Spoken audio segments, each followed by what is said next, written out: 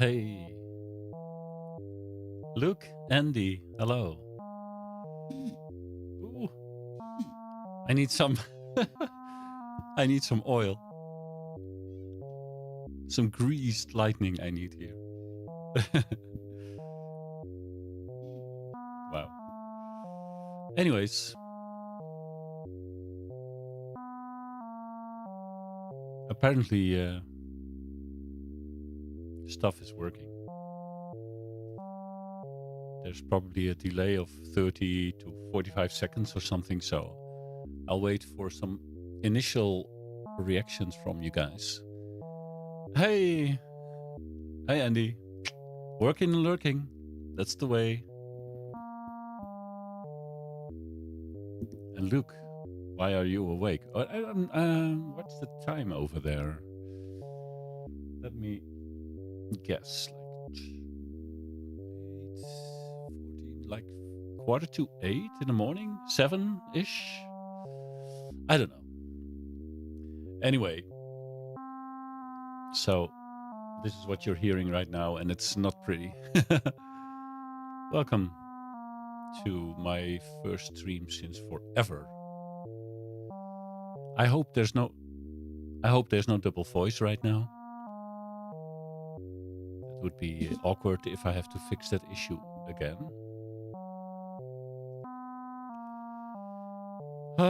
This noise. If I keep talking, it keeps being ducked. But if I don't talk, it will pierce our ears. And I don't even know what I was going to do here.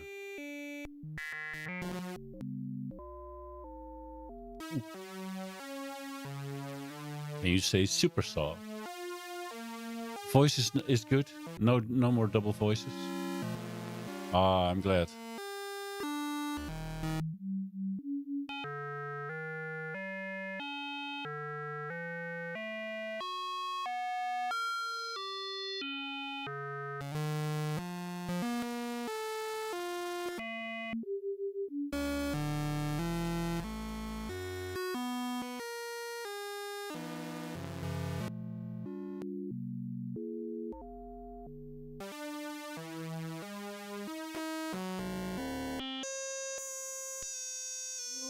Piercing.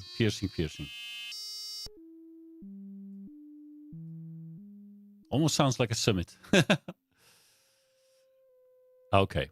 So, like I sometimes say, test streams are best streams. So I hope this one will be fun. I finally set up my green screen again. I have some decent lights going on here. Daylight LED panels, so to speak. I did not do my hair. I did not have a haircut. I did not shave or behave today. So,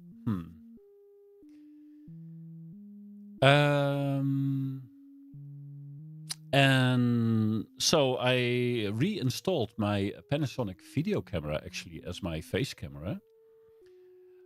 I stripped down the DSLR camera that was above the Push and the Taiga. I did get me this second-hand thingy. It's let me see. It is a second-hand Sony cam. Not fancy. It's the A5000. This dates back to 2014, I believe. And it was in very good condition. I got it for a very decent price, I think. But I'm still a bit uncertain about the low light performance of this camera. So, but this should actually hang above the Push and the Taiga. And that should make it easier for me to have like a less of a heavy construction because oh, hey Holger, guten Tag. Ich mache einen Teststream. Ich hoffe, es ist ein bisschen gut. Und ja, meine Haare sind ja gray these days. It's going quickly now. Father Time will soon find me. So I thought, let's put out a stream before it's too late, you know. So, but this camera, I'm gonna test with it if it's good enough to hang above my gear, so to speak. Yeah, the smartphone is also a good idea. I use the iPhone 8s as my day-to-day phone, and I knew that we still had an iPhone 6s that was my wife's, and I was going to grab it yesterday to do some testing with. And then I found out that my mother-in-law actually uses that iPhone 6s now. We don't follow the latest hype and trend in mobiles and such. I always buy my phone secondhand.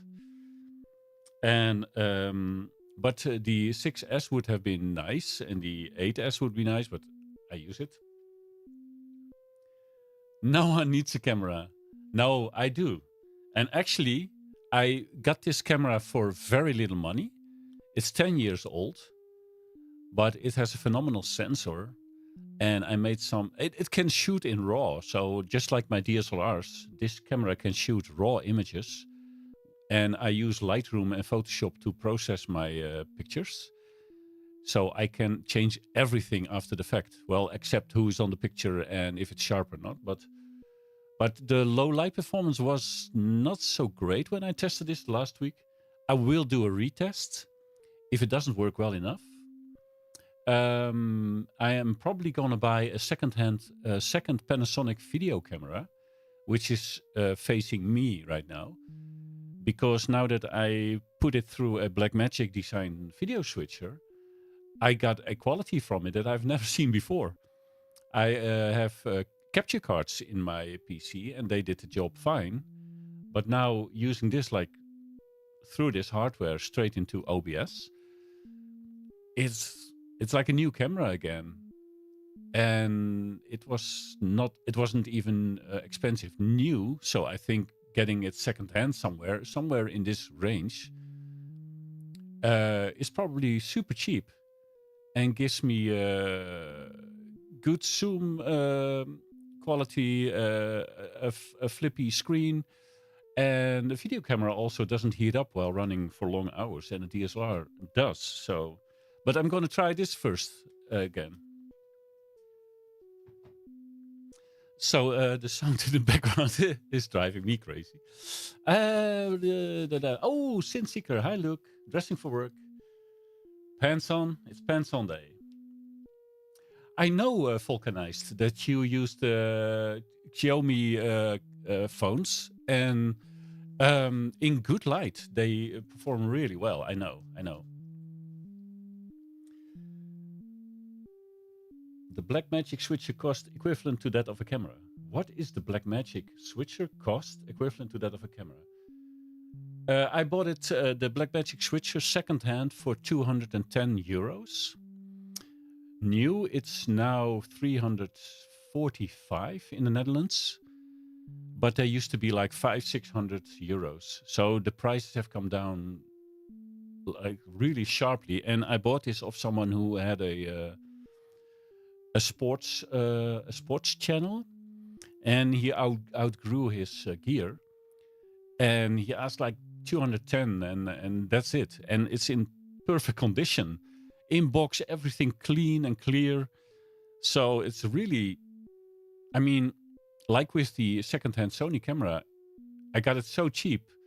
If it doesn't work for me, I can sell it back to the secondhand market, probably with a small profit, or at least get my money back. So I wanted to try it. My video cameras initially, I think 350 euros. Compare that with the DSLRs that cost me like, the body's like 1,000 or 1,500 euros each. So a video camera is super cheap compared. Is actually made for video recording. I don't know why many Twitch streamers don't use them. I mean, it's like super efficient for what you want, you know. Hey, it's a Maltas. Stedtler and Weldorf are in the house again. If I'm working, I'm going to visit you in the Netherlands. I swear. Oh, I'm swear I'm gonna let my hair cut first, and I'm gonna shave as well because Waldorf is back. Time for bugles and cheese. Okay, so my friends, my synthesizer nerd friends don't know this, but Maltes and I go back many years. I started streaming on Twitch in 2015, and I streamed exclusively for a long time EVE Online. And at a certain point in streaming, I reached the point where the Friday nights were Frigate Fridays. So we flew Frigate's ship class only in EVE Online. And like the thing going on was that I always got a bag of bugles and some cheese to put in it on the Friday night. So it was our bugles night. Let the hair grow. Da, da, da, da, da, da. Andy's everywhere. Everywhere where there is a patch cable or a hole to put a cable in, Andy is there.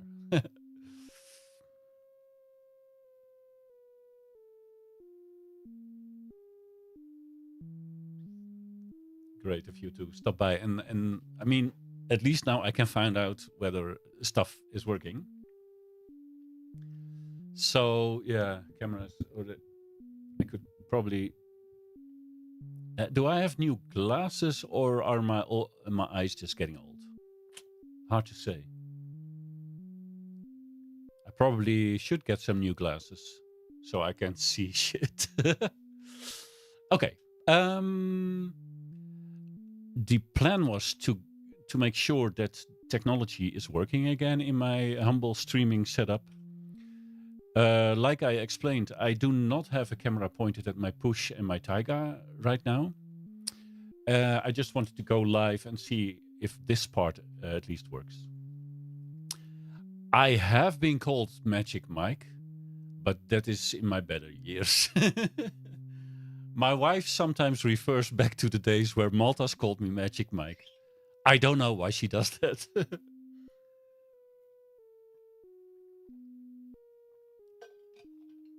My push. So,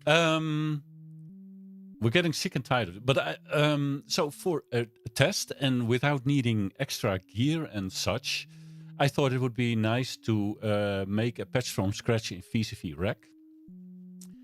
It can crash any moment now. Like VCV Rack, the VST, inside any DAW I tried in Reaper, in Ableton Live, and in Bitwig, it's bound to crash. You know it will crash. The only thing you don't know when that will happen. But that's okay. Yeah, the stripper. I've been called a stripper, and I'm really don't know why. There's nothing strippy about me. Oh, it's a crazy rabbit. Good morning, sir. Welcome to the show.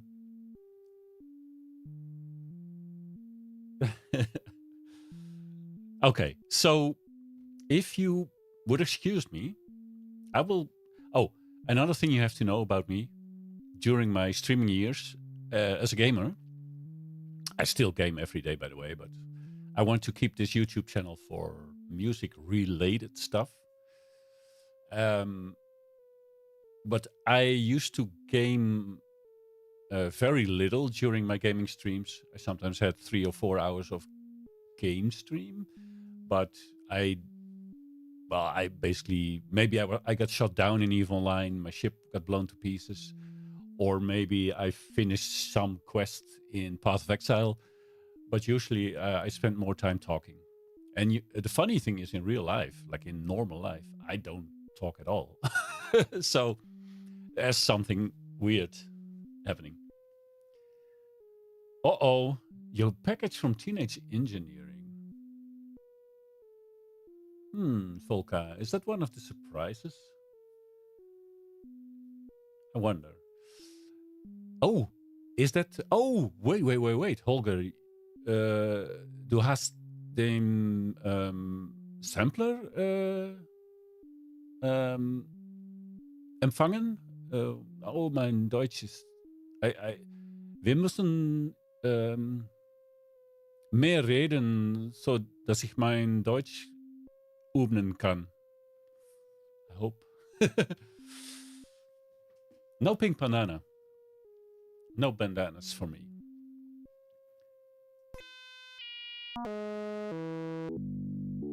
Rawr, rawr. This sounds like a Webbit sound to me. A quasi Webbit.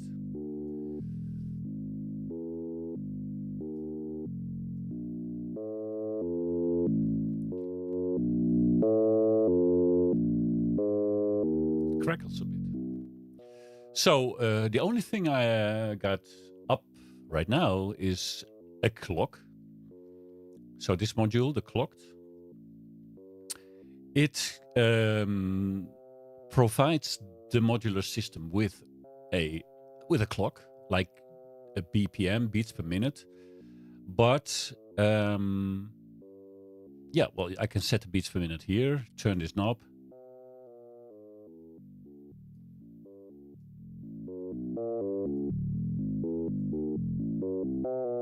So this module goes to 300. It sounds like an oboe. You look for a module in VCV Rack that can perform math. Well, have you tried the math module?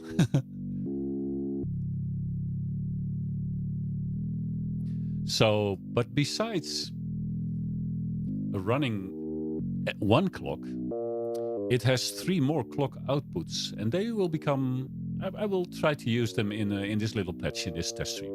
Remember, this is just a test, just like my life itself. You can't find it. A math module. Do you want to make? Do you want to compare values like a comparator, or do you want to add or subtract values? That's the duck. Math. Oh yeah. Oh, you want the actual a software version of math. Then I might. I don't know if it's. I have installed some hardware clones here. Oh, math is by Make Noise, isn't it? Kijk, I don't know if Make Noise does that. These are some hardware modules that I'm like clouds from Mutable Instruments and so on, because the clouds algorithms are open sourced by the creator, or the Mutable Instruments, I mean. Instro has their gear also in software, and I'm, for example, in January I used this Harmonic module. So they are, I don't know if it's smart or not, but I maybe get used to the Instro modules by using VCV Rack, or yeah. And then I might buy them in real life. That's their thinking, but not every maker of modules thinks that way. Befaco does it as well. They have pretty nice modules which are cloned in VCV Rack as well. And I think these are the Mutable Instrument things. But math is a different story. Make Noise probably doesn't do that.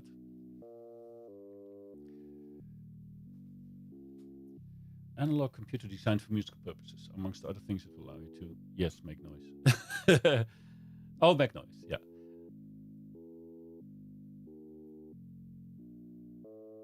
Oh, right. So there are, yeah, you can build a functionality. So I was pointed to a video by Ohm Crohan or something.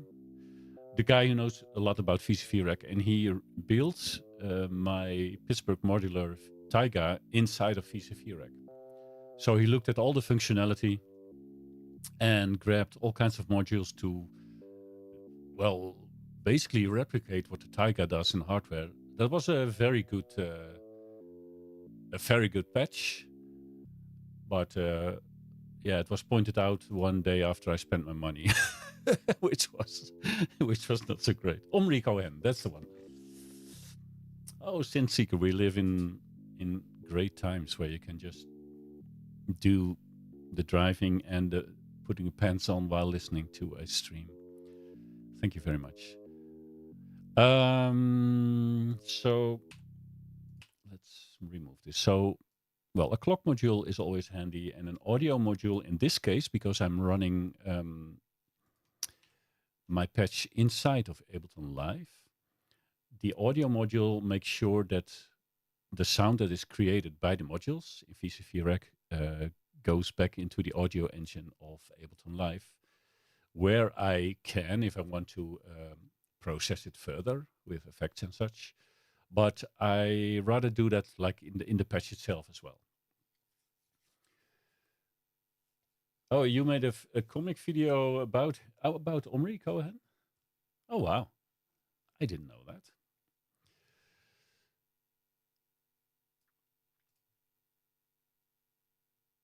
Okay, so let's see. I don't know what I want to make.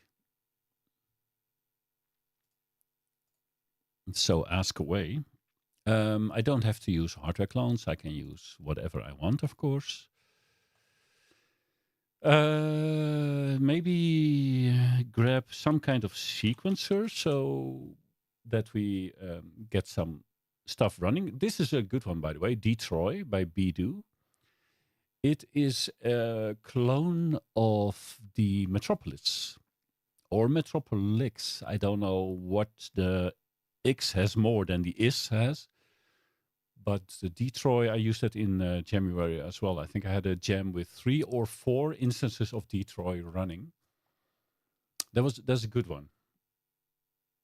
He and his mushrooms. Yeah, he has that nice logo where there's a mushroom where sound's coming out. He actually, well, that actually works, right? I could grab a Euclidean sequencer, perhaps. What's this? Sequencer. The permutation I just used, that was an implementation of the Turing machine. Looks like X. It does, Detroit, yeah. So I can grab Detroit then and see if we can do anything. It's not that I know a lot about it. And you can store multiple patterns in Detroit and switch patterns with CV inputs. I didn't go that far. I just set up some kind of, well, I guess an 8 or 7 or 6 note sequence inside of Detroit and let it play and at 4 instances, I believe. I mean, it's all new to me, and in hardware, having a module like this is already would be a super step up for me. The Taiga, however, does have some way of sequencing. It is a bit hidden, but it can be done. It's fun. And it also has a pretty nice arpeggiator as well. Oh, yeah, the last few years I was hidden in plain sight almost. Yeah, I have not been out there. I hardly spoke to anyone or saw anyone. So I have some health issues, and one of them could actually go back to just being lonely, or so they say. Yeah. Anyway, so I can output my clock, external clock input. It switches between 0 and 10 volts, 80 times per minute. I was not going broke. No, actually, I didn't spend a dime for a few years. So actually now I have some money to buy some gear. I didn't buy games. I didn't buy anything. Nothing fun. Nothing fancy. Well, a few DAWs and, and a few VSTs and okay, a push. Yeah, okay, some Volcas. But again, the Volcas were secondhand and they were so cheap. I have been playing around with them now for a year or so, or maybe a bit longer. Of course, inspired by Volca Neist, because I watched all his videos and I was like, okay, I can do that as well. Well, I can't, but they are still fun. And they're so low priced that I could sell them today and get the experience for free. I mean, uh, they're still worth like 75, 80 euros that I paid for each of them. So that's nice music making. But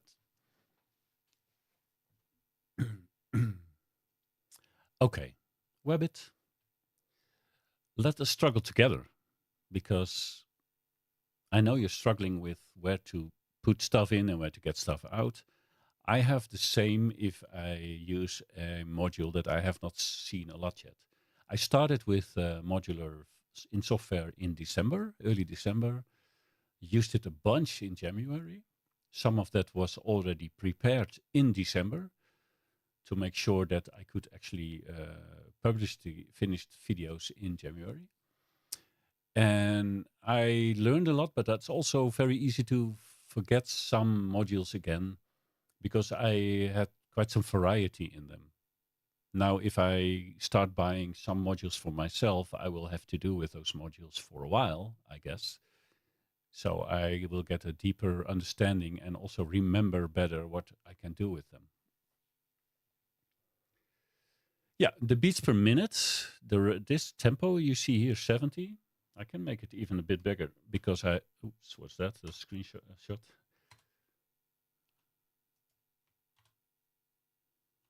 So there's not much on screen, so I can even make this one bigger. So 70 beats per minute. It's just a number, right? Just like H, it's just a number. I run this main clock into the external clock input of the sequencer, the Detroit in this case. And I click this button, run. It's now green, which means that you will see these lights. They will get blue one by one. The sequencer is set to 8 steps, so it will go through these 8 lights and then it will start at the first again. Clock would go to a clock in. It does. So this clock is an output. It mentions it on the. No, it's okay. It's the mouse over text is small, but this is a master clock output. And if I remove this cable and hover over this this external clock input, it says external clock input. Yeah, that's true.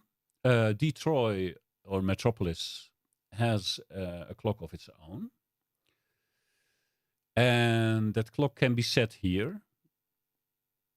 So now you see, if I put it higher, that these steps are running blazingly fast. And there's no cable whatsoever.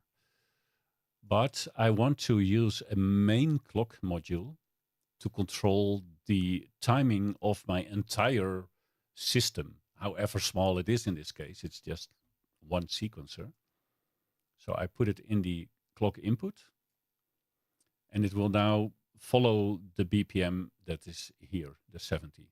Okay? But it doesn't have to be.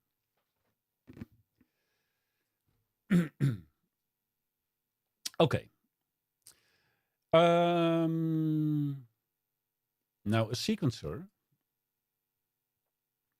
I'm going to have to make it a bit smaller again. A sequencer does not make sound on its own. It's only supposed to send a like a MIDI note on message to an oscillator that can actually can play at a certain frequency. So what I will do is I will add an oscillator, also called VCO, voltage controlled oscillator. I'll grab one that's just standard from VCV Rack. It comes with the free VCV. Also, this Detroit sequencer module is also free, by the way. You don't have to be quiet. Shoot away, because actually you are the content. I'm just the the one who pushes it out on YouTube. So if I want to get step gate output, no, I want to have, it's 8 steps. Where's my output? Oh, here. So, stupid me. Okay, this box says, do not be quiet. This box tells me that it's the pitch output of the sequencer. And it mentions V/O. In Eurorack, almost always 1 octave of tone frequency difference. Every 1 octave is presented by an extra 1 volt. So you will see voltage per octave a lot in modules.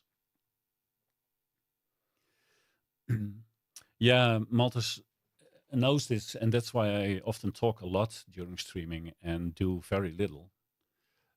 It's not that I'm lazy or anything, but I want to have a conversation with the audience. No, but in Andy's case, it's very different because Andy actually sometimes gets into the zone of performing. And then it's obvious that you have to turn off your vision of the chat, because else nothing will get done, like you will see in my streams. So once you really want to start playing, yeah, you have to ignore the chat a bit.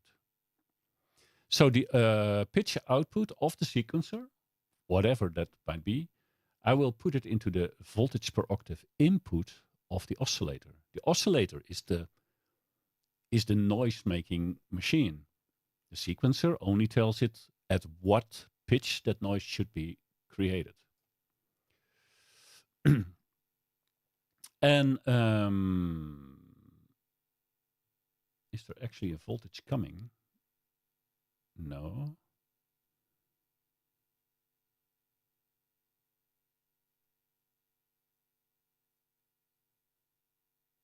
I don't know if that's correct.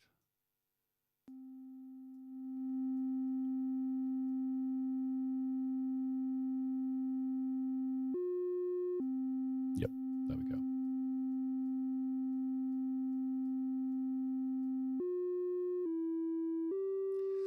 So the pitch can be controlled with these rotary knobs on top.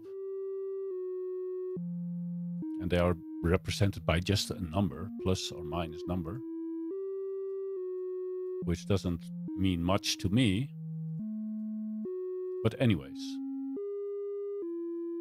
you see the lights go on and off, and every time a light goes on, it will send the corresponding voltage that I set this thing to the VCO, which will then create a sound. And the sine wave output of this oscillator I put into the input of Ableton Live in this case. I'm using only the left input, which means that if nothing is plugged into the right, the left will automatically also be sent to the right. A lot of modules are mono or monophonic. If I put it in the right, you will hear it only right. So it doesn't work the other way back. So there you go. Talk radio. Keep going, sitting in traffic. I'm not a very good storyteller nor a comedian, so I cannot cheer you up with nice stuff in that regard. Yeah, the lights are nice. Very, very true. And especially when we go into night mode, the room brightness can go down in VCV Rack to make it more like Andy's room. This is basically a synchrotron simulator.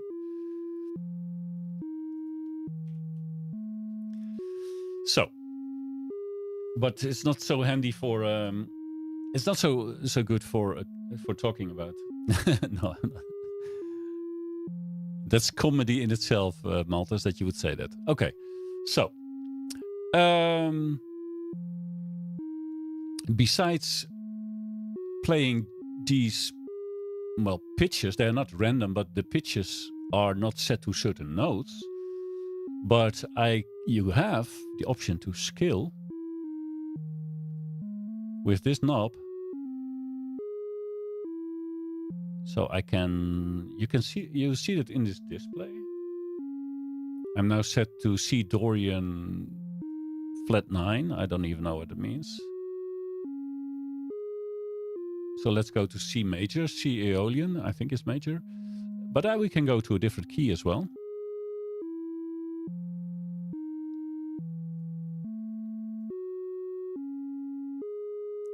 Ionian is minor, if I'm correct. So whatever we now do with these knobs,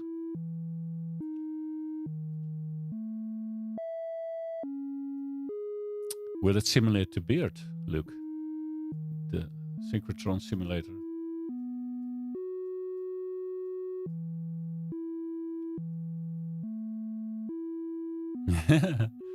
So there's also a slide knob, and slide means going from one note to the next. It's best. Oh, it doesn't even work. It doesn't work because I probably need to set it. Okay, whatever. We'll get there. So we have these notes. An oscillator. So this VCO here. An oscillator is always on. You don't notice that in your standard synthesizer gear, but an oscillator never shuts up. It's like your mother-in-law.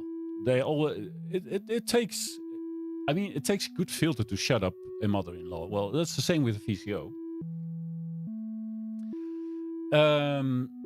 So what you can do is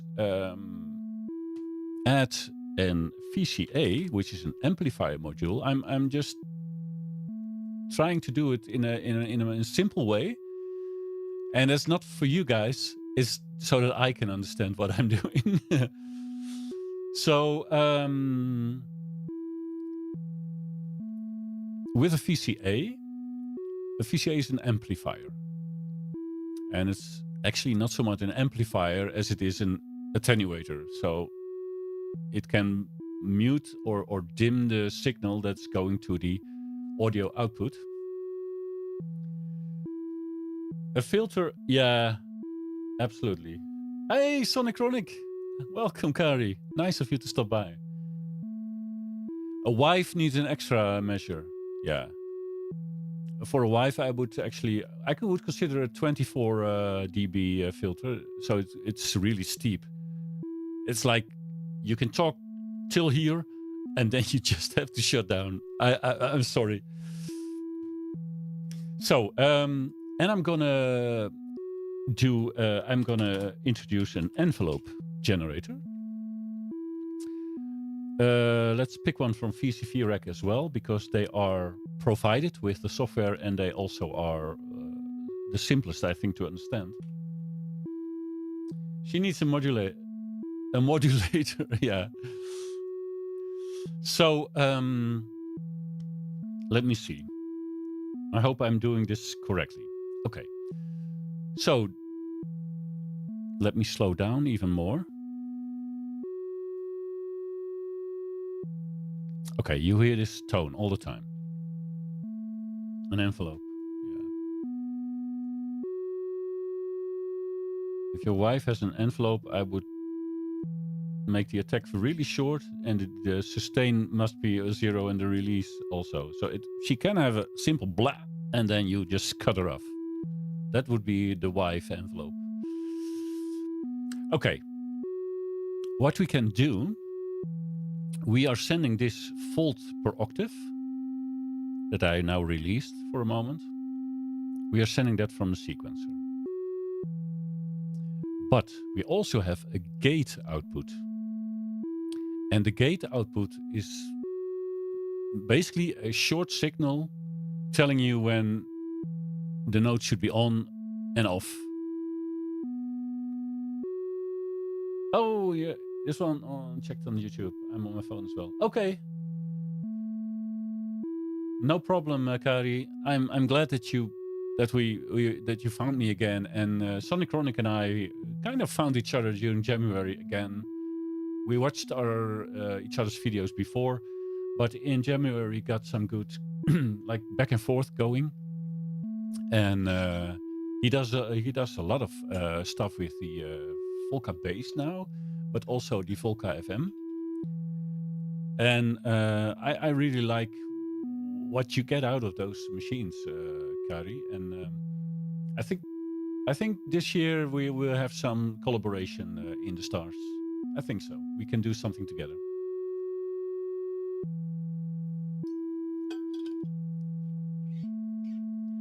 That's good. Andy, you mentioned that. Like a gate can be any length, and a trigger is just like do this. There's just one small. I don't know if it's always a 10-volt thing or a 5-volt or higher than 2.5-volt or whatever. It's a simple signal to get something going. And the gate is also a signal but can be open for longer. Knobs and plugs. We need to talk about the Bleep Bloop by, what was that? What was that Stadler and Waldorf module we found in Maltas? Okay, so I can patch this gate output from the sequencer into the gate input of the envelope. You will actually see these lights go on and off with the gate.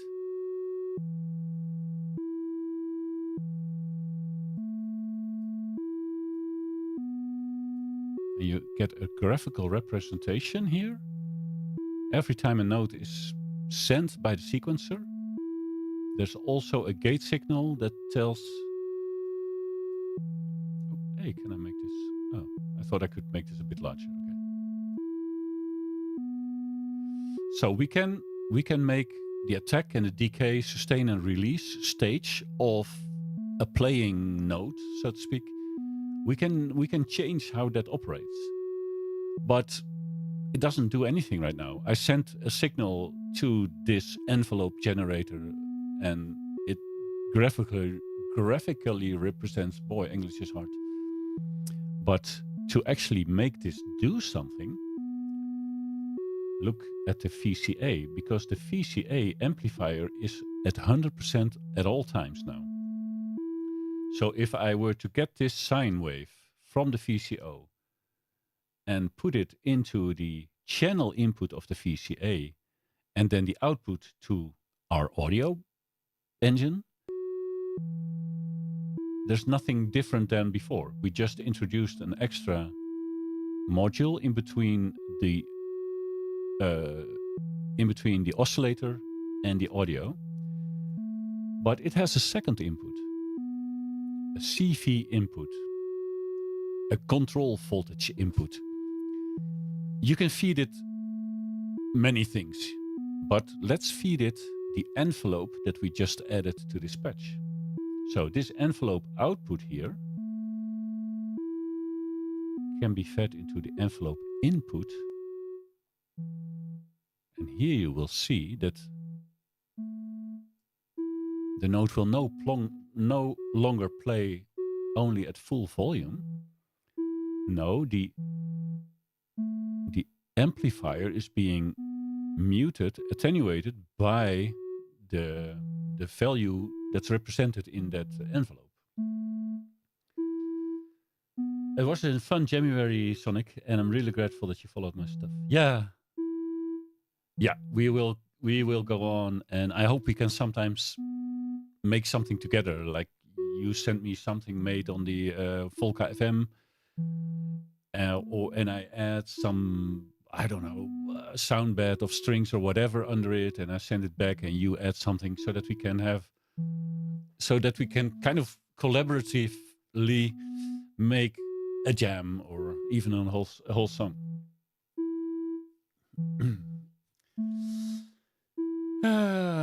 Okay, so we are changing with this envelope the characteristic of what we hear. Collabs for the win. Yeah. I did one collaboration in January on day 13 where my friend guitarist Chris appeared again, just like last year. For a moment, I thought you and Joe were editing breakfast. I thought, like, who is the nerd in here? Okay, look, nothing going on. You're eating breakfast. Enjoy. So you eat. So you go to work and you eat first. I mean, what's that about? Isn't it supposed that you eat at home and then make the long commute of 3 or 4 miles, whatever it is, and then you start actually working?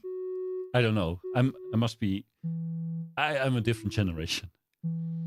So, especially for Webbit, this might be interesting to see that even though this VCO keeps making noise all the time, it doesn't stop.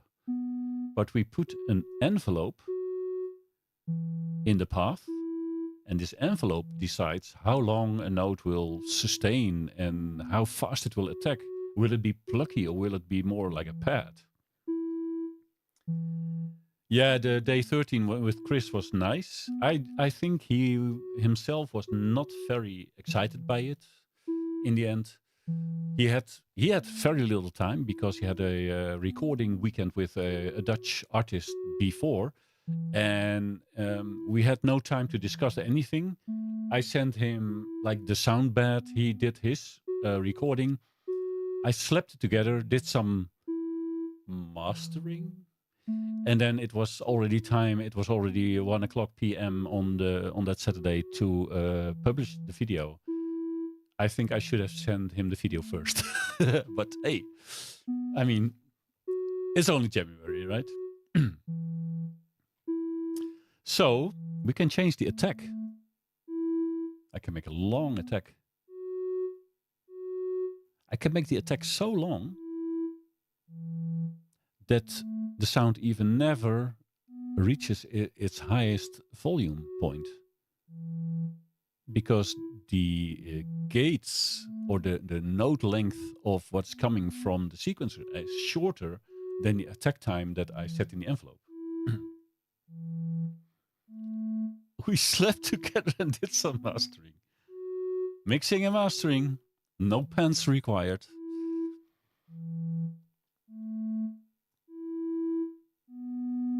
What I'm doing now, I make the gate length longer, so the sequencer has an option to change the gate length. I can make this really short. That's nice if you play like, well, let's say Burning School ARP-ish things, and you have this bloop, bloop, bloop, bloop, bloop, bloop, bloop, bottom, bottom, bottom. I don't know why I just did that, but anyway. So shorter gate times, but then you see here in the graphic that the gate is so short that even in the middle, or not even at the start of the attack, we dive right into the release stage of the note. Yeah, but we can also make the gate longer. So there's more time to go through the attack and decay, sustain, and release stages. Good tribe. Yeah, Maltas and I mean, if there ever was a PG-13 rating in my streams on Twitch, I think with Maltas in chat, we destroyed it every single day within the first 3 minutes. At a certain point, I stopped even bothering. So, let's make this a very short.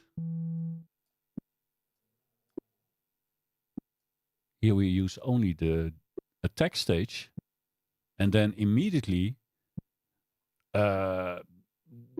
decay into nothing.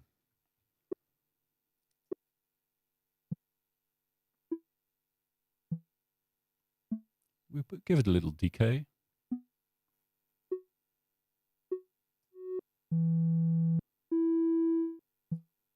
So a decay of 25 milliseconds, and then it drops into the sustain stage. The sustain is not a time setting, but it's a percentage. The sustain is currently 0% of the maximum decay value, which means after that decay of 25 milliseconds, the sound drops away. I can give it some sustain. And I can even put the sustain to 100%. Now the sustain will play until our gate time is over. So by making the gate shorter on the sequencer, I do have a note that after a short attack stays at 100% volume, but then will suddenly drop off.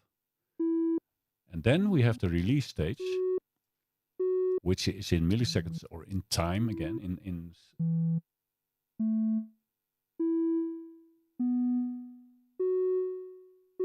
So now you hear that we have a pretty quick attack. You can see that on the graphic of the VCA, of the amplifier as well.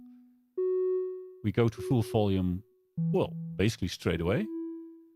We sustain that until the gate time is over, and then we release the volume slowly. Okay, I'm gonna make the gate longer again. And make the sustain less than 100%. So what happens then is that the attack and the first decay stage, the transient, I don't know how to call that. I know nothing about music theory. So you see that it shortly goes to 100%. But then after the decay is over, the 25 milliseconds are over, it drops down to 60% because that's what I set the sustain to. I can make the decay a bit longer. So it drops down more gradually to that 60%.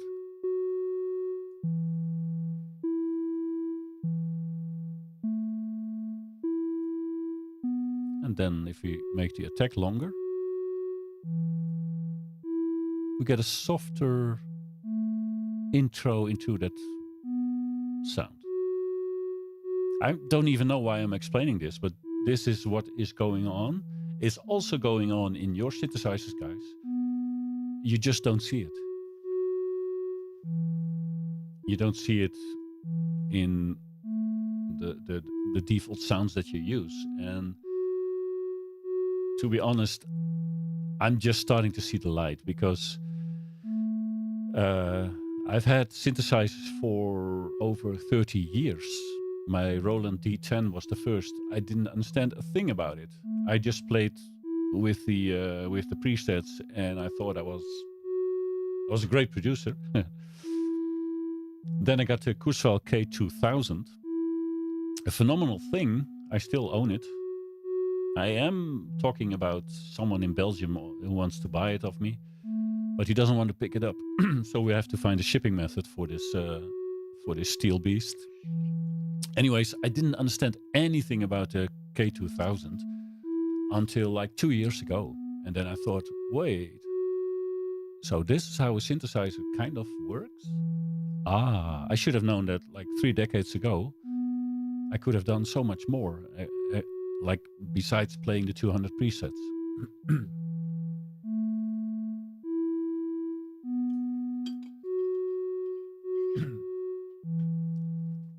Who else is getting tired of the of this sequence, by the way?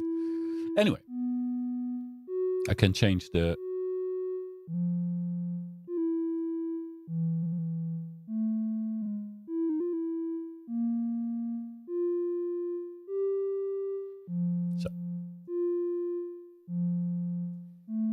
a different scale,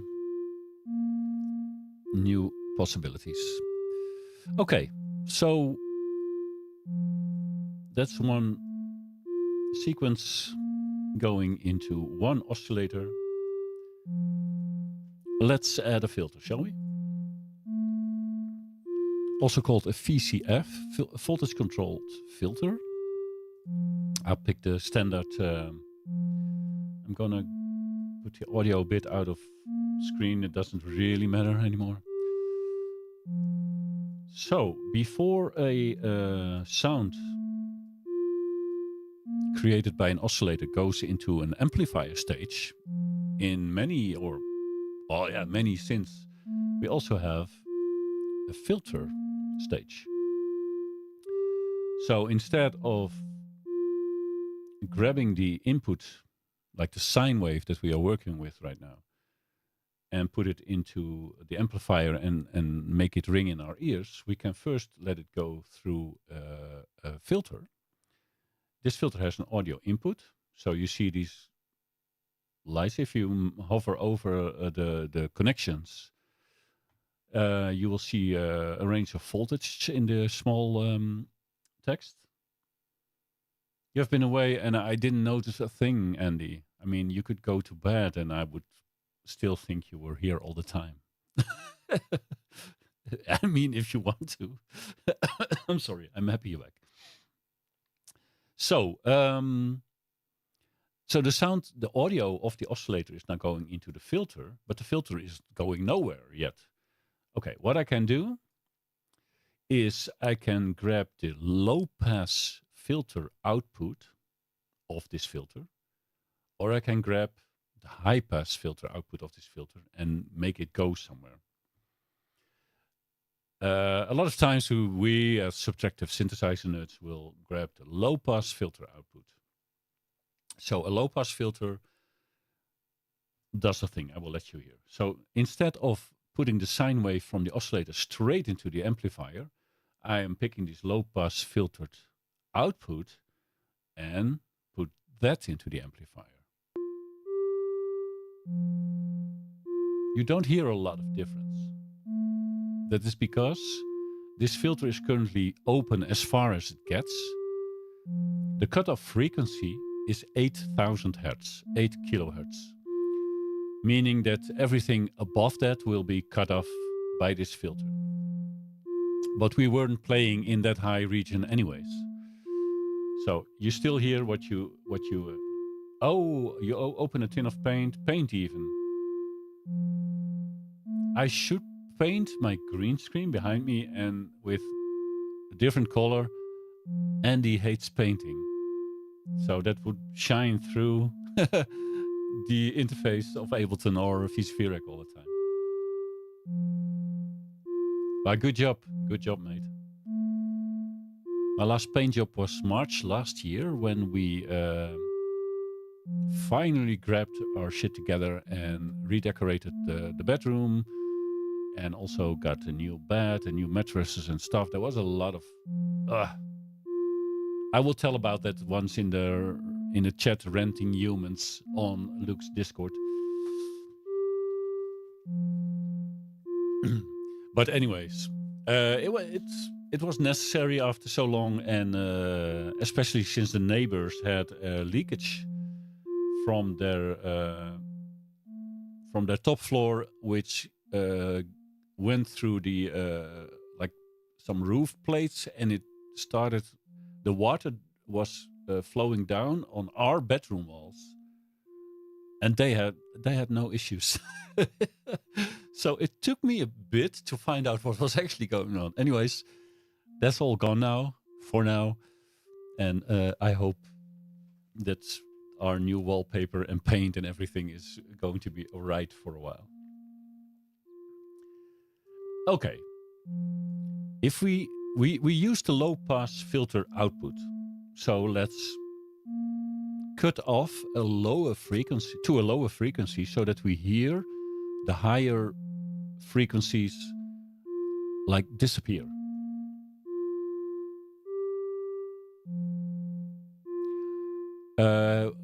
We paid for it ourselves because they wanted to help out, and they had some stuff going on op de zolder, and they fixed that. And I was like, okay, I'll let it dry in the wall first and we'll sort it out. We're going to redo everything anyways. But if it happens again, yeah, they're gonna have to call their insurance company.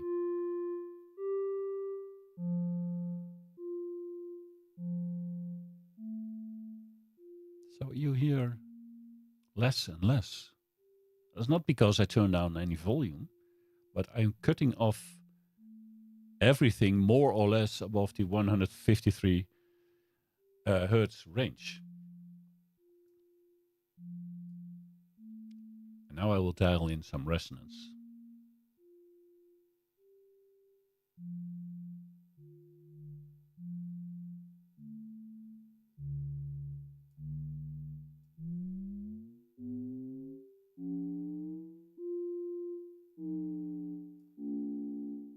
I can drive this a bit.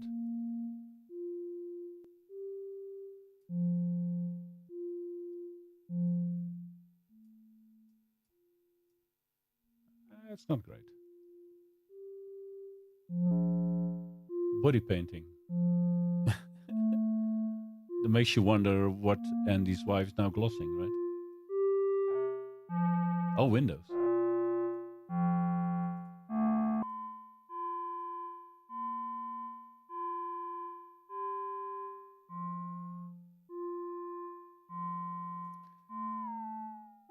So the combination of cutoff frequency and resonance, I'm not going to go into the resonance right now because I cannot paint a picture of it right now, I think. But I could if I include some kind of analyzer or something, oscillator. No, not an oscilloscope, I think.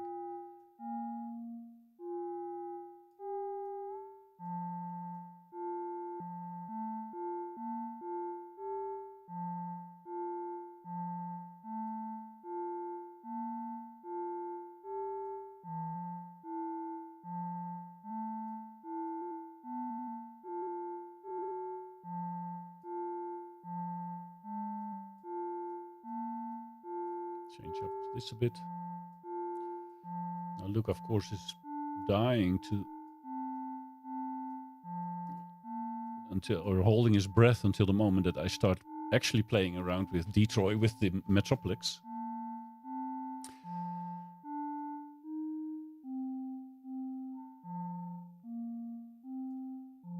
Okay, I'm gonna make this screen a bit smaller for now.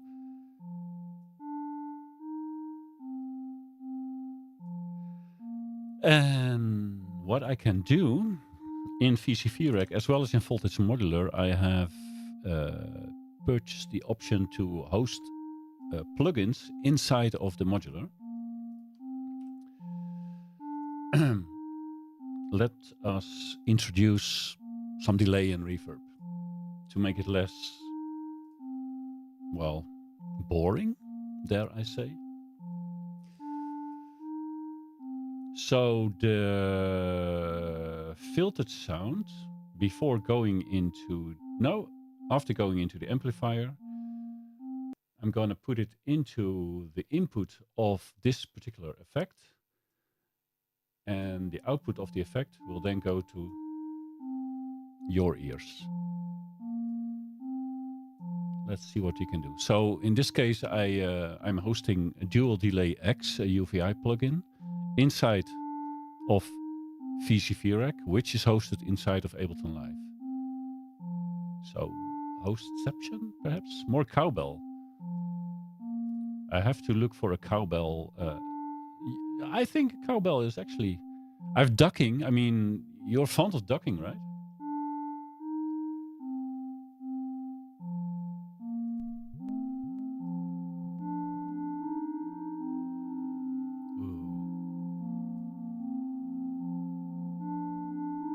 Oh, nice. Cowbell Modular. That could be a fantastic brand name.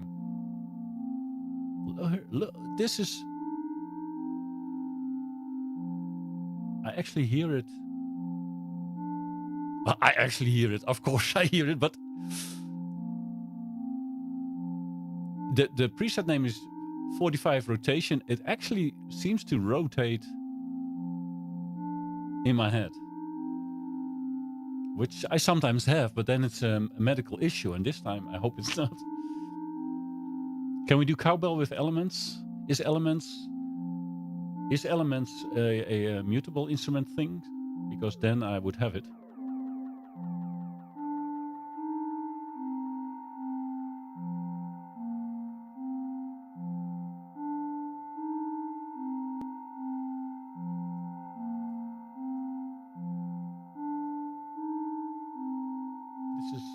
this is not.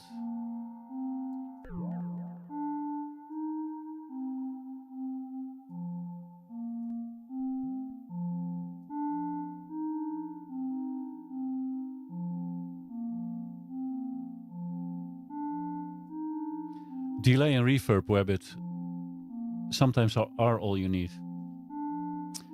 I mean, let's face it, the wonderful videos that Volcanized makes with his Korg Volcas, I mean, 99 out of 100 go through a specular reverb pedal by, I forgot to make. If he turns that on, you are in space or in heaven or whatever he wants you to be. So then suddenly the sound generator, the source, is not important anymore. There's still a value in how you sequence and how you vary the sequence and the filters and the effects and so on. But really, it doesn't matter how expensive the originating sound generator is. So yeah. Hosting plugins is a one-time fee. It's the host and host effects are part of the same package in VCV Rack, and I think it was maybe 20 euros or something. And I was like, I'm not gonna pay that. I already paid for their pro version. I'm not gonna pay, but I did in the end because I do not always want to use VCV Rack as a VST inside a DAW. And I do want those lush effects. And it does not only host effects, but it can also host plugins like Vital, Serum, Dune, Hive, Falcon in my case. So everything that I can do in Falcon can be inside of VCV Rack in this case. And what's even more interesting is that by hosting the effect inside the module, you get access to the parameters of the effect. Let me show you. By the way, if you guys get sick and tired of the sequence or whatever, let me know. Then I will find something else. But this is all just for demonstration purposes, actually, and for me to get back into streaming. I'll be honest with you. This is, if it works, it's already a success for me. But I don't want to drive you crazy while listening and watching. So the dual delay. This is the plugin, but it could be Valhalla Supermassive. It could be what have you, any kind of reverb, any kind of whatever plugin you use to change your sound. The brain is cool. Okay. So, like this dual delay effect has many parameters, many values you can change to adjust what it does. Maybe I will make the attack of the sound shorter because a plucky sound will have a better response in the delay algorithm.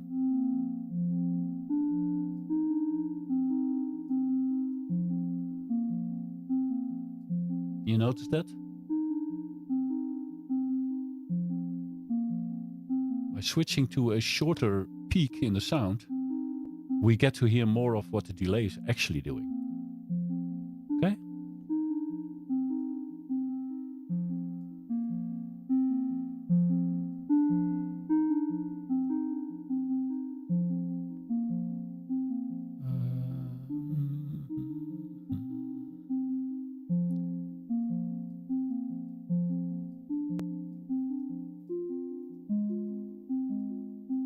Okay.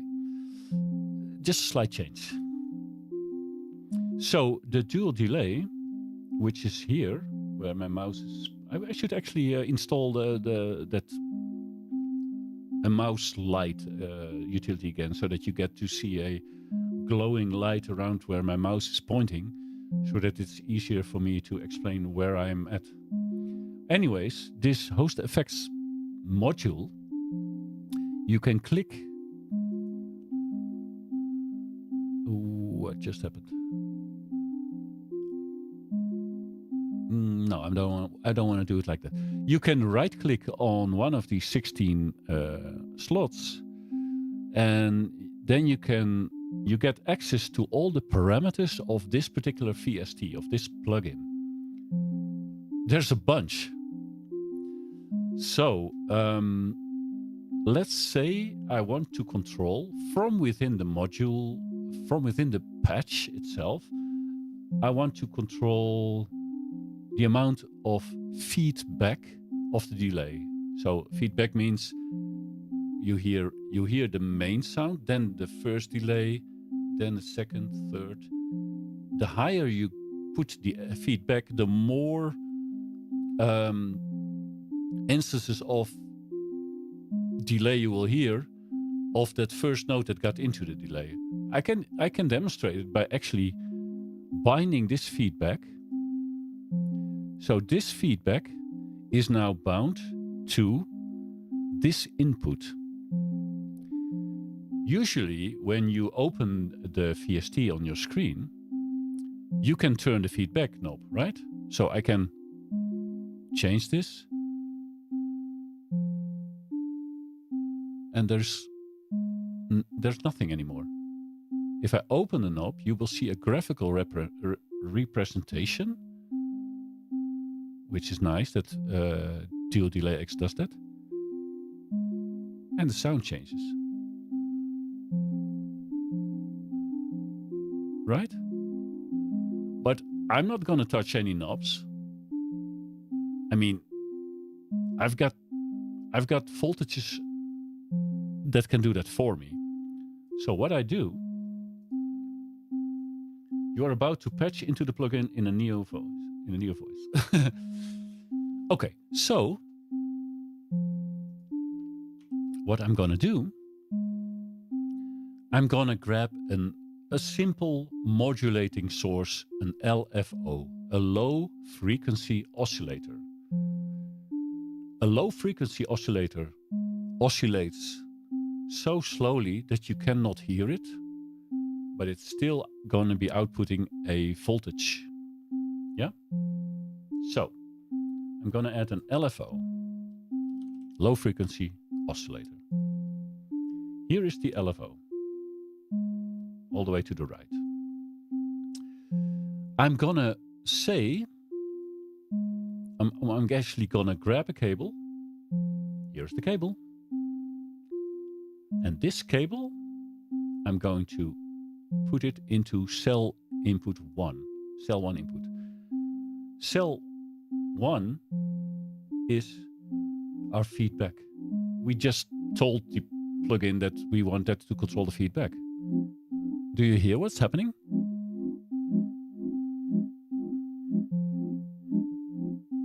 Weird.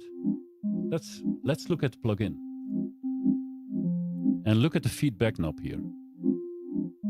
And look at the graphic that it's presenting. It looks like there's indeed a voltage going from the sine wave output of the LFO into the voltage input of the delay in this case. So we have a module controlling an effect that is running in a VST. How cool is that? I think this is the power of modular synthesis. That you have ins and outs, and there are not many rules about where you can plug them in. But this is, of course, a bit wild. So look what happens when I change the frequency, so the speed of the LFO, I can make that slower. And you can see the representation on screen. It is becoming a bit relaxed now, right?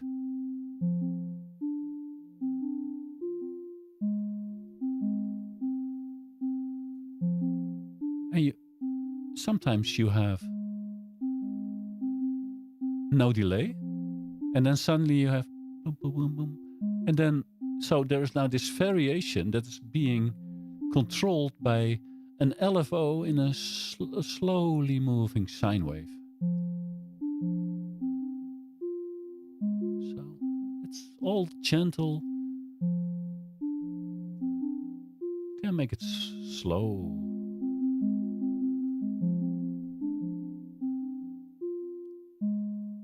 Look at the screen and listen.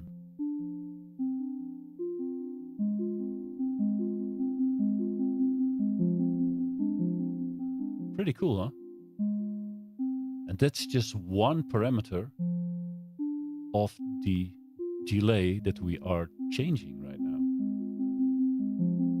That's pretty wild.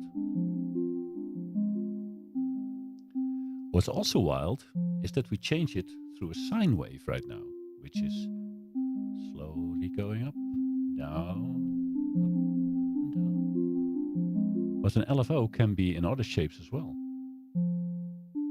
Let's try the saw wave. So we pick the saw wave output and throw that into the feedback.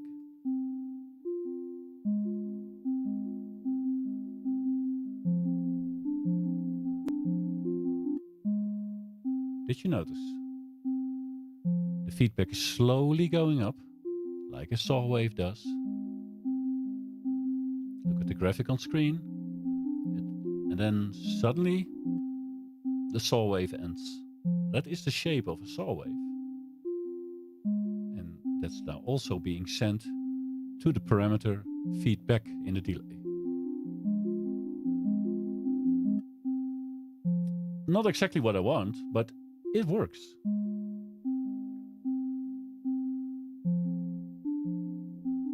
A shimmer effect.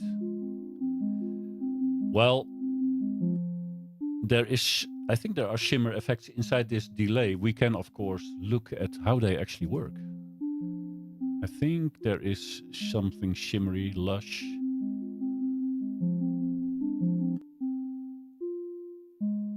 I'm not sure. There's definitely in the reverb that I'm using, but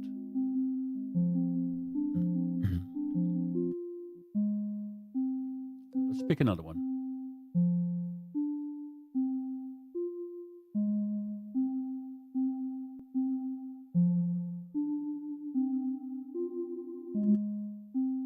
Okay, it's not what I want. We can also use the square output, which is on-off.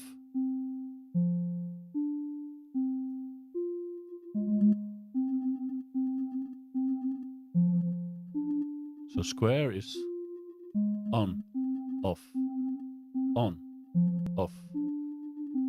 And by changing the frequency to very high,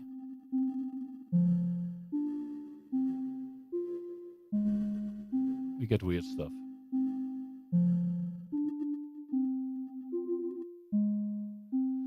Now, let's pick another one. I'll get back to the shimmer later on.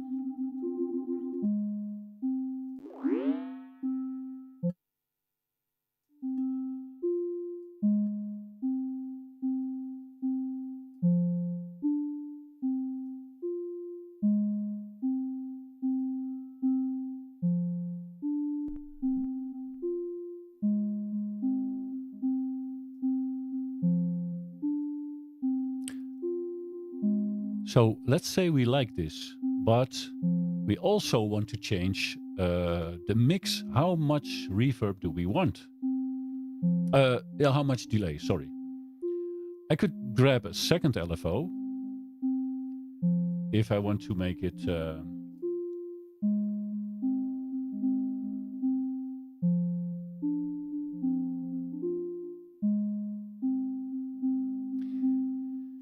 if I want to make it really different than the feedback, so I could just duplicate this one, and I wish I could duplicate hardware as easy as I can do software.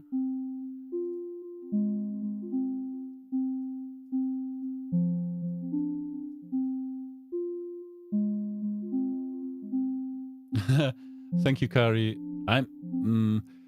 I can probably be a nice instructor, a decent one, if I knew what I was actually doing. But I'm trying, and there is this saying like you only understand something to the proportion that you can explain it to someone else. It's not the exact saying, but it's something like that.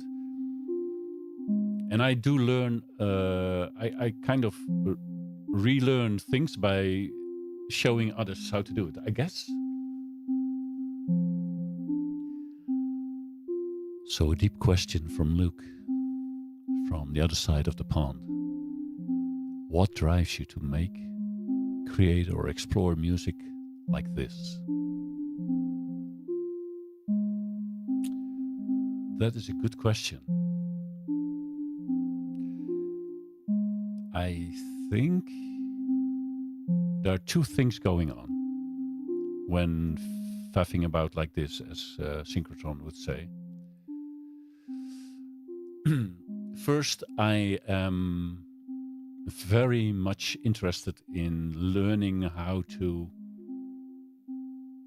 combine these components into a working system. So whether it be photography, whether it be music making, or even gaming sometimes, I'm often almost more interested in the technology around those hobbies than the outcome of the hobbies themselves. Maybe that stems from my origin as a software engineer. I just love to analyze a problem, break it down into parts that I can fix and then put it back together in a working state or something. I love making software. It's like, that's probably I always say music was my first love and it will be my last, but it may also be software development. So I think I look at, especially with this modular stuff, I just have a problem. When I start up a tool like VCV Rack, there's nothing going on. That's a problem. I want to hear something that kind of tickles all the sensors in my brain or something. I'm a highly sensitive person. So certain frequencies or like visual things, they tickle me in the right way. Others don't. Some anyway, bullshit. So even hearing this repeating sequence, now with the somewhat changing delay, it seems to bring me in a certain state of relaxation. And although the components are simple, it is I don't know, it's a bit like perhaps people playing Power Wash Simulator. I mean, you see a dirty object and you wash it off, even virtually on a screen, and it's shiny. And that's the same as it. I mean, these modules in themselves, okay, they're cool, but by patching them together and then thinking about, okay, what if I do this? Or what if I want to achieve that kind of thing, that feeling, or that sometimes sounds can even make me emotional. What can I do to get to that point? But also, how do I not get bored? Because I get bored easily. And I know, Luke, you are a storyteller. If you don't have a story beforehand, you make one up after the fact of making some music. You have stories going on in your head, and I'm very visually driven, and I need to just solve things,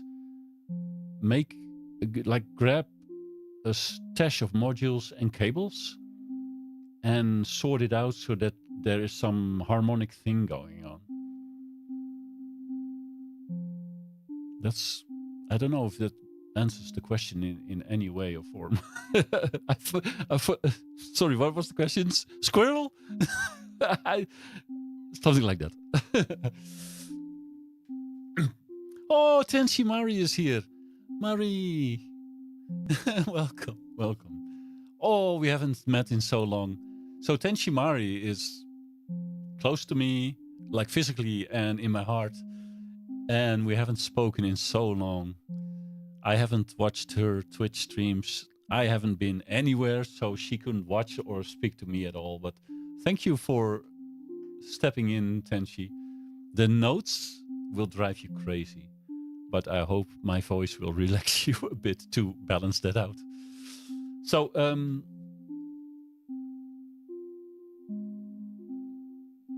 bye, Sonic Chronic. See you on your next videos and perhaps in my next stream. The plan is, but plans are to be broken all the time. But anyways, the plan is that I stream every Wednesday, probably in my afternoons or evenings. But my wife's always out ice skating on Wednesday afternoons in Tialf, which is like an important venue in the Netherlands, and even on a bigger scale as well. A lot of famous ice skaters come there to train and to race. And it's a perfect opportunity for me to just close all the curtains and do my thing. It's not that I am not allowed or willing to do it on other days, but every time slot is taken. So I thought it would be a nice moment. And this is just a test to see if I can still do it, whether my gear is up to the task, and if anyone is willing to chat with me, because, well, I can always talk to myself, of course.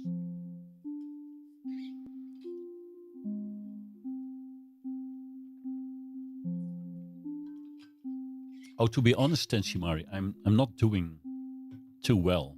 So I've been to a therapist this morning. I've been to the doctors. I have called with the hospital that treated my cancer situation. It's kind of a mess, but not in a dangerous way. And I think streaming again is one way for me to re-energize myself. And I just need some external drive and some external confirmation that it still matters to anyone what I do. I'm not saying this like sad, or I'm not clickbaiting anything or something, but just letting others know that I'm still alive and hoping that it's worth it to be here still. So I hope we can make it a win-win for me and you guys who are sometimes here to listen or send me the memes or whatever. I'm fine with that. So anyway, it is true. Streaming was most of the time very, very energizing me, and yeah, I talk more, and I often smiled more during streaming than during the other days, because I can sometimes hardly handle the daily mess of life. And this is a fantastic escape. And yet I'm still learning stuff. Maybe I can teach someone else a little thing or inspire to do something. And I get to make music or noise at least. So I cannot complain about this situation. So, but there are more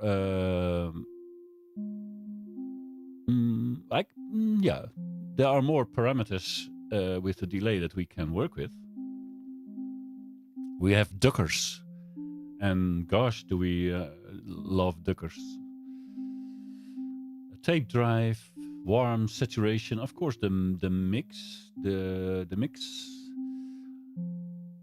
So we can now send voltage to the mix parameter of the delay to make the delay more apparent or less. Like a mixes between a dry and a wet signal. The dry is the original sound, which is the note I'm producing. And the wet part is the delay that you're hearing. And the balance between the two can be changed by the mix. And why should that be a static? It can be changed by sending a waveform inside of that input.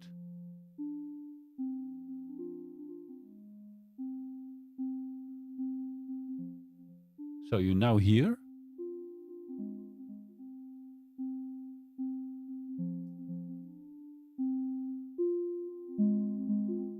Sometimes it's wet signal, there's only delay. And sometimes it's dry, it's just a note that I was playing. And we can change the frequency of that. If we change that fast enough, we'll get weird side effects because the mix control of a delay is not supposed to be changed that quickly.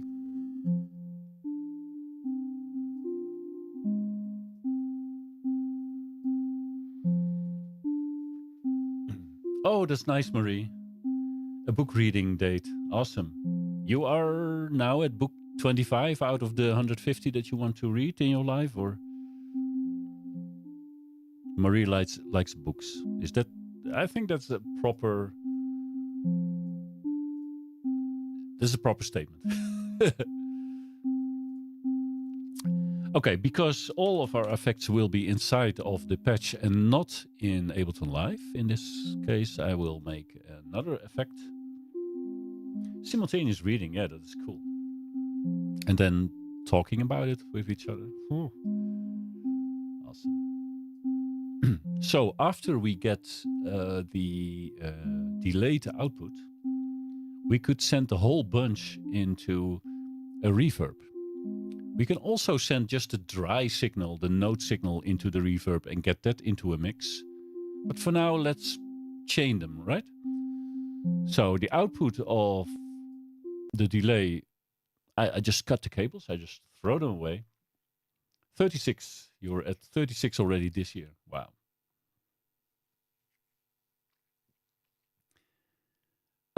So the output of the delay now goes into the input of what will be our reverb.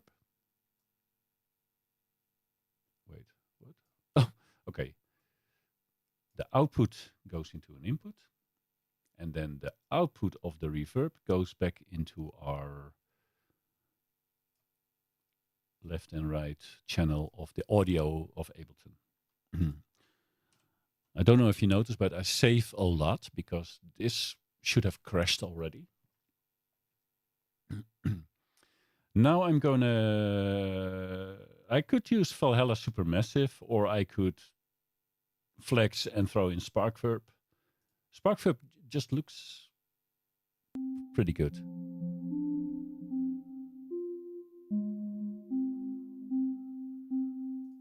And now we can get into the shimmer range, I think. Shimmer.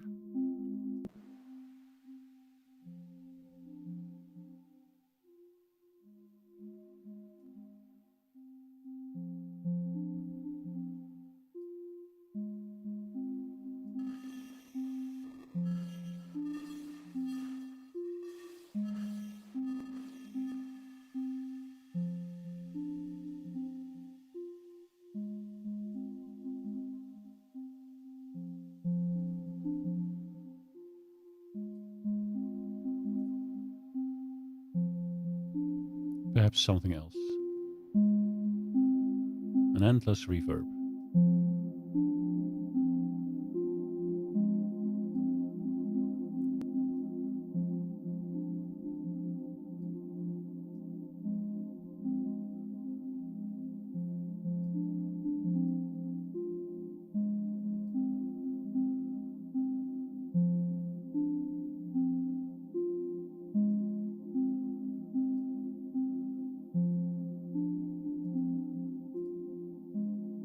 Okay.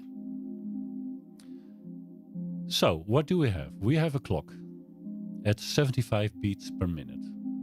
We have a sequencer set to a certain scale and key. We dialed in some values. I can just randomly redial them.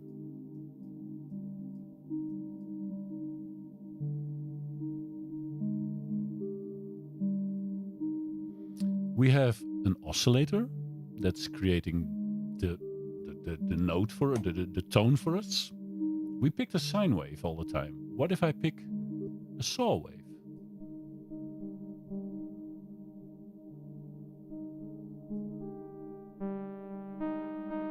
It's quite different, ain't it?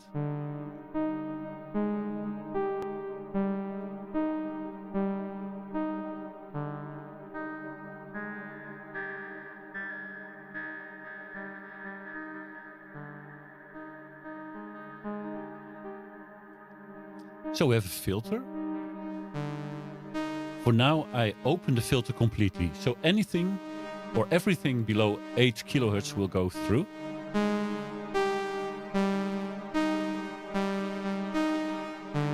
And Luke just fell asleep at his previous job. Now he's free to make music for the rest of his life. Let's rejoice. Let's rejoice. Wake up, Luke! There's Berlin schools to open. We need more Berlin schools.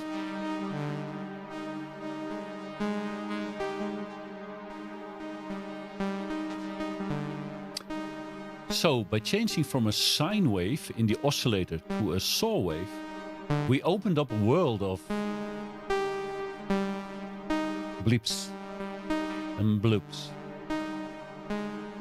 And you hear that, you sometimes hear that the delays and the reverb, which makes it all sound like we're down under a kilometer of water. And it's fine. It's awesome. It's like often I think with modular, I think it is, and I'm saying this out of very little experience, like 8 weeks. Often it seems so futile and so useless and so small what you do with those cables and those knobs. And then suddenly you have something running. As simple as this is. I mean, this is super basic. Well, the effects aren't. The effects are pretty pro. But I just like it.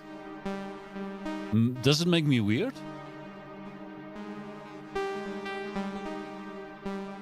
Probably.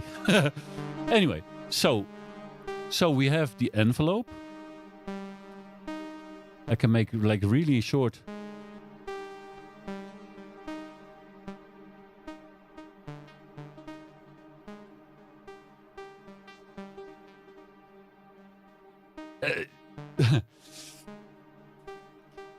Rich on the mic. Magic mic. Stripping at your place next time.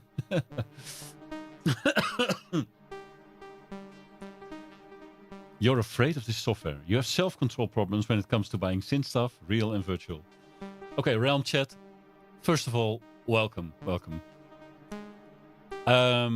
A year ago, me and my friend Maltas were talking about this, I think, VCV Rack and Voltage Modular by Cherry Audio, another package I own.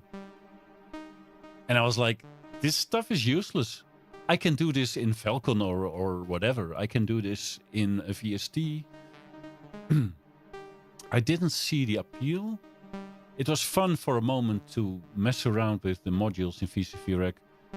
But I was like, yeah, this is of no use to anyone. I can do that already. But I was wrong.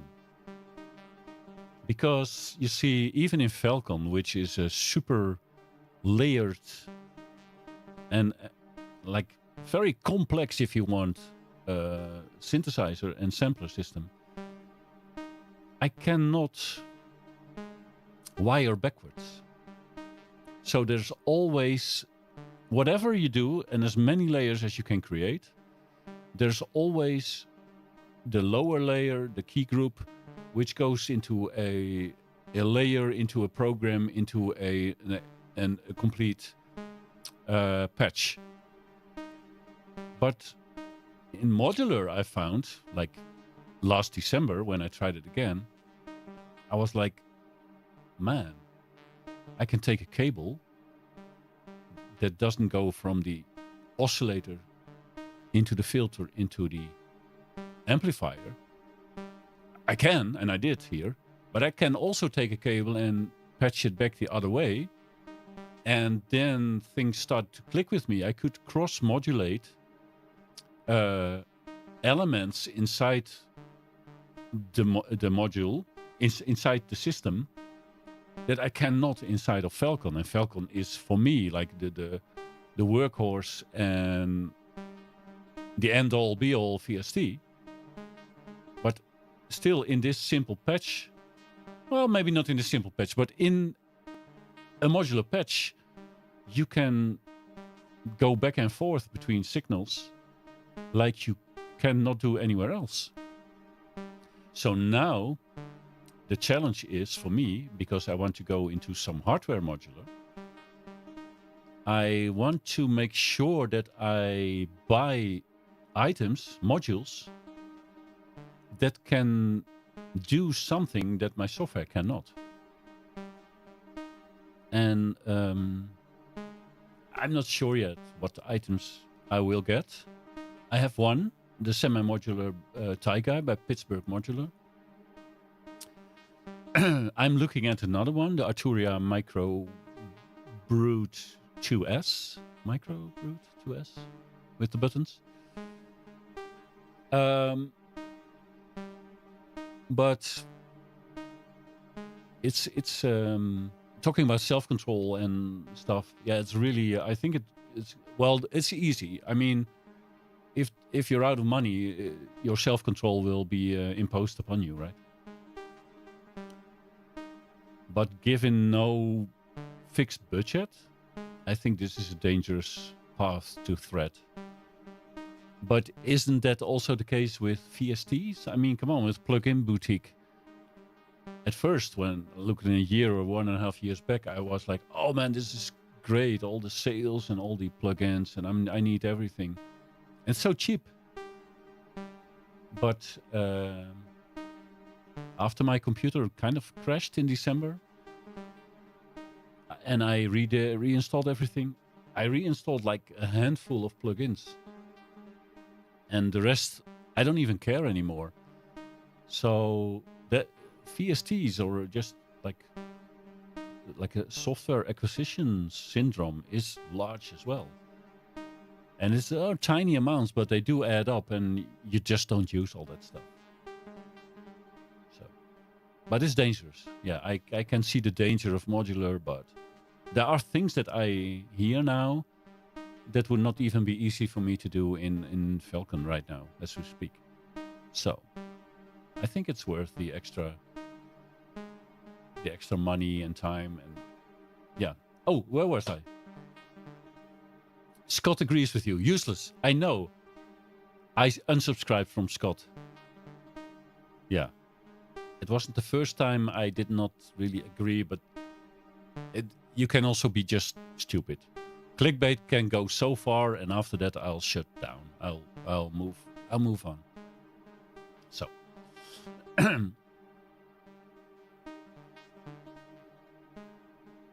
mistakes will be made. Yeah, that's fine. You're even more afraid. Need to win the lottery. If you haven't won the lottery already, then you don't have to be so afraid.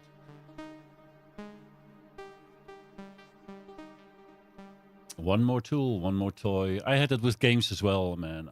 I have so many games. Maltas has this as well. We have hundreds of games on Steam and whatnot. And we just don't play them. I had a serious game acquisition syndrome.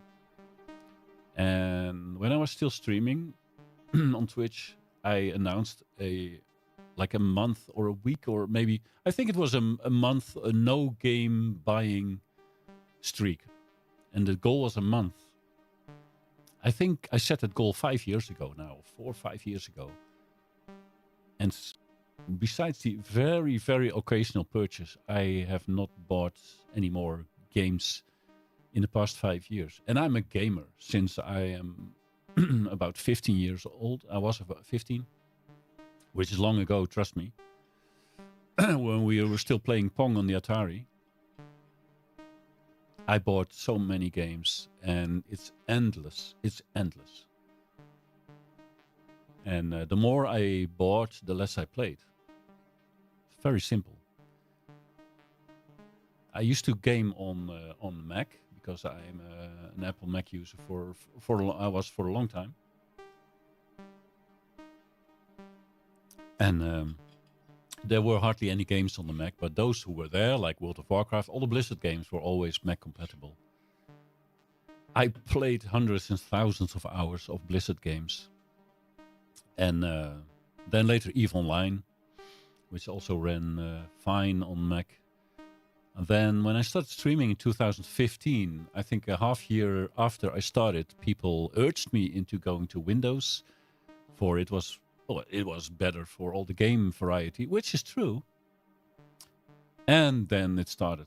People gifted me games. I bought games. I had humble bundles with 20, 30 games for almost nothing. I got them all. And after a while, I realized I was still playing the same 10, maybe 15 games in a year, and that's it. And these days, it's even less. So it's an endless spending spree for the next big thing. Nah, not anymore. I needed money now for modular, so yeah. You have to choose, right? Priorities.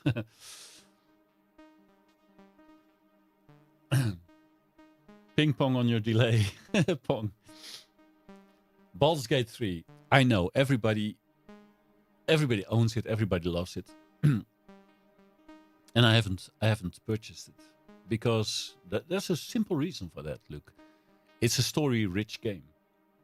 I love stories. I love listening to Crazy Rabbit stories, to Synthseeker stories. I love that. But if a game has a lot of story with dialogue options, I can't remember it. If I play it today and continue tomorrow, I will have lost like 75% of what the story was about. So it doesn't matter to me. So the game mechanics can be beautiful, like the leveling or the tree or the graphics or the fighting mechanics. Everything can be great, but don't give me a lot of story because I cannot remember it, honestly. So I think I can safely skip it. Weird, actually, that I just skipped like such a great title. But I think I will.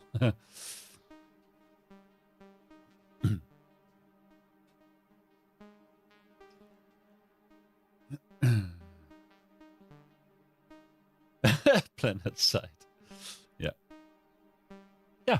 No story, just mindless killing. Like, I played a lot of Call of Duty, and EVE Online comes with more planning and dying, mostly in my case.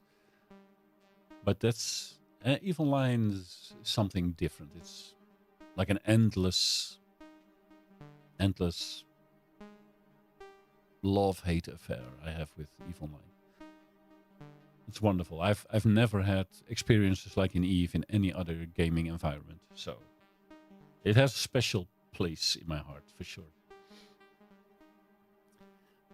That's fun in Rocket League. Yeah, the game, the loops are short. I play a lot of simple games now that have very short matches.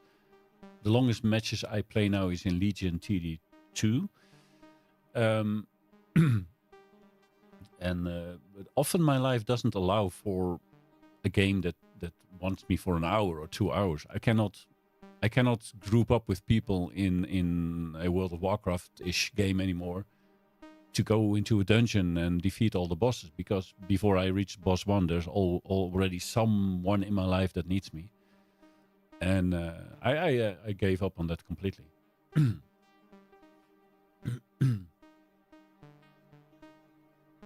Oh, you re-explored Eve, Sinseeker. Yeah. Not something you draw into anymore. Yeah, I don't know.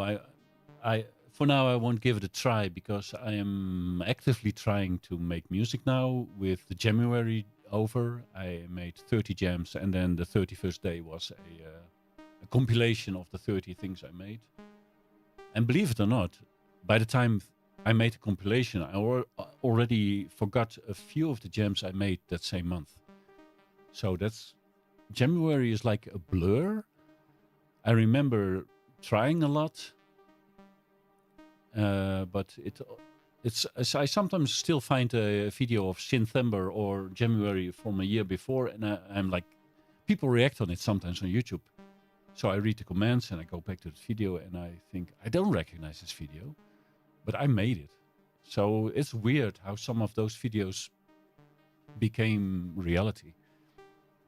I don't know.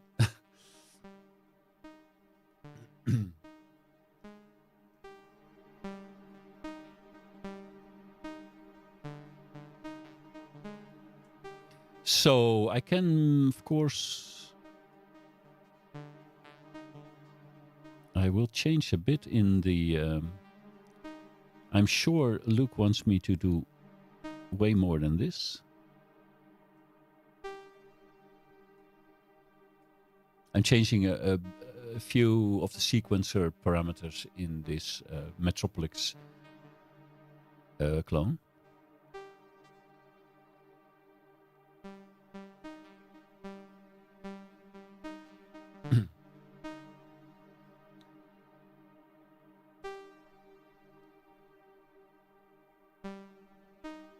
Oh, Taskboy and Luke were charting on the whiteboard the spectrum of what's valuable for various types of people who are drawn to synthesizers. Aha.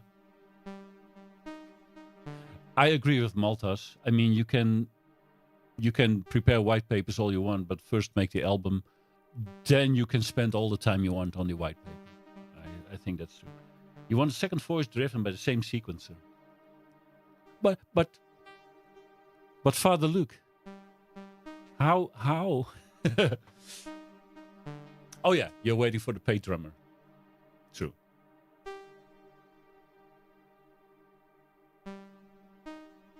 Okay. So we have the Metropolis running, the Detroit, and you want what I would like as well, by the way, is change some of its parameters with like transposition and so on. Change that with another sequence or a random thing as well. But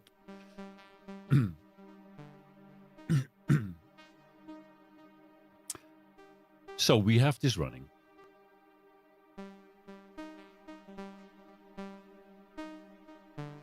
Now what do I do? There are, besides the voltage per octave, there are step gate outputs. What? Oh yeah, that's literally what it says, step gate. So that's only outputting. But what is SL and SK? I didn't read them. Well, I did read the manual when it was January and I needed this module, but only for what I needed.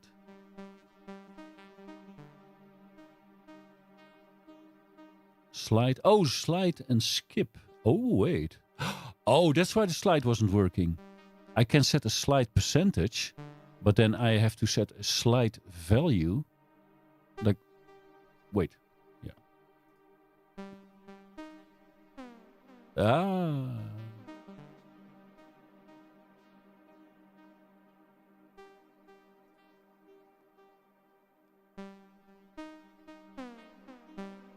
Okay, I'm not impressed, but now I see why I didn't hear the slide before. Split pitch TV. Oh, so there's no way to output more. But on every step of the Metropolis, I can get a gate output. So every time it switches to the next step, I could provide another module with a signal to do something or whatnot. Okay.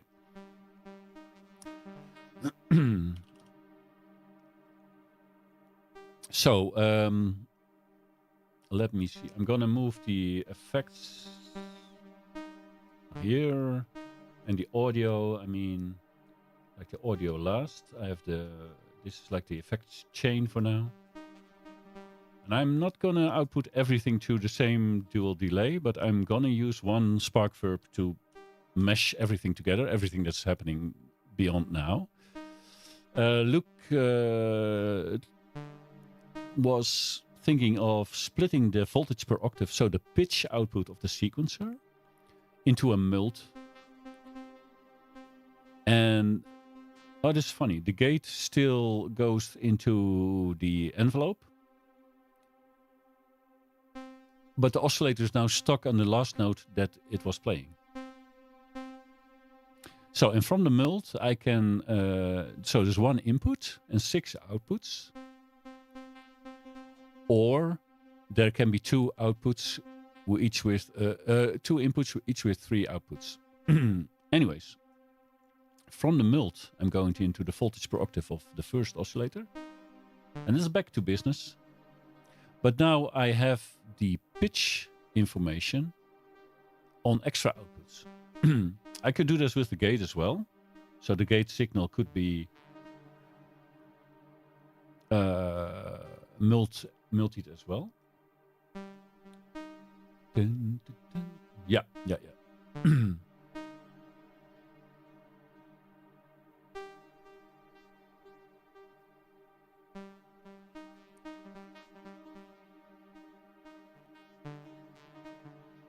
Are buffered multiples required with VCV?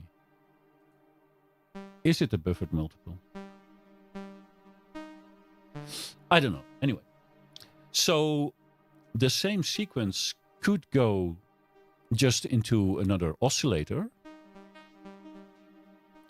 but I think I want to do something to that sequence before it goes into an oscillator. I mean, I don't need the same sequence going through the same process, so to speak. You can stack cables. If I right-click, I can make a... So if I right-click here on the VCO, on the voltage per octave, I can make a new cable and output it to some other place. But I think a multiple is clearer for me. Oh, also, we're still using only the master clock. I do have a clock divider or multiplicator, is that a word, in here. So I can make... I didn't even clock the LFOs which clock the delay, for example. Or no, they don't clock the delay. I didn't use the clock other than sending the main BPM to the sequencer. I can do more with that.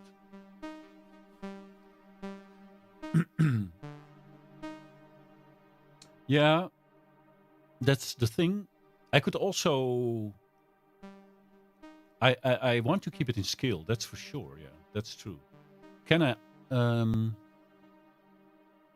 but the scale can be changed on the sequencer. I have to make the scale input.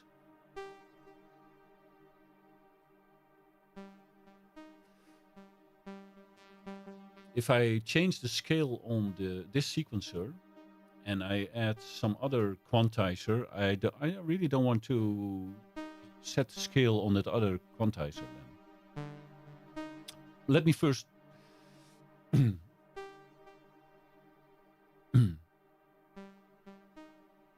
I can split the clock.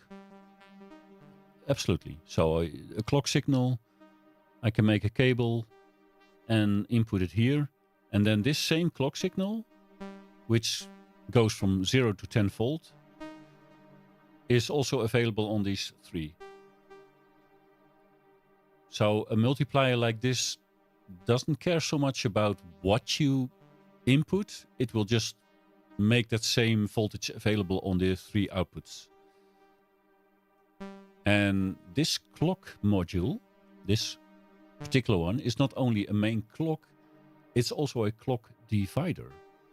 This means that I can grab another clock.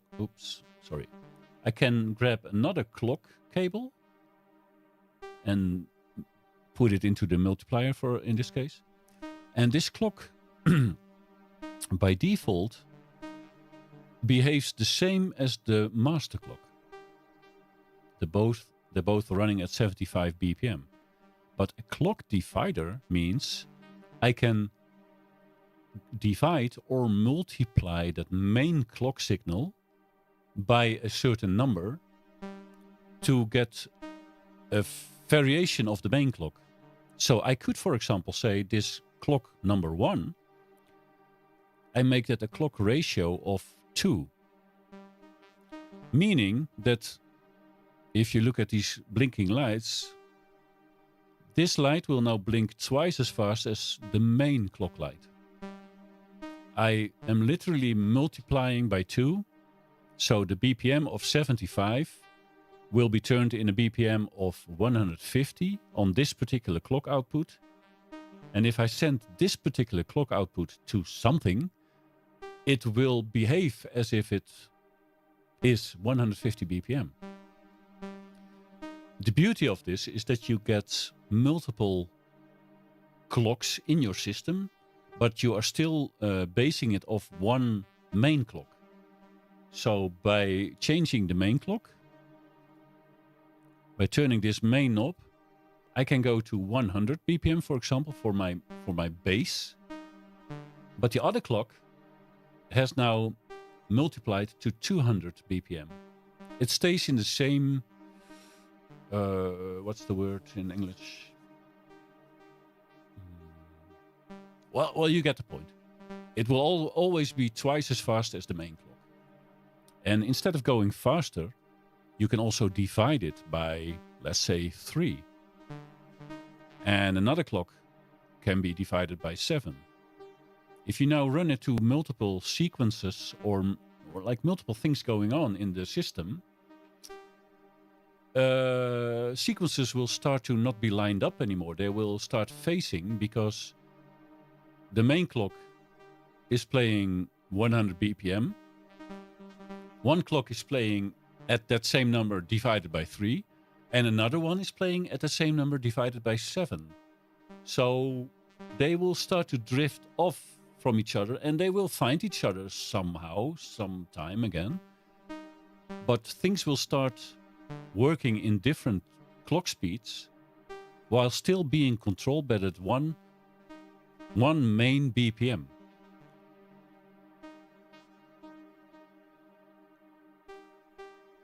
Okay. Having said that, let's return to just the main clock of 60 BPM. With an ordinary multiple, it's possible to lose voltage at your outputs, depending on the usage. Oh, and a buffered multiple deals with the issue.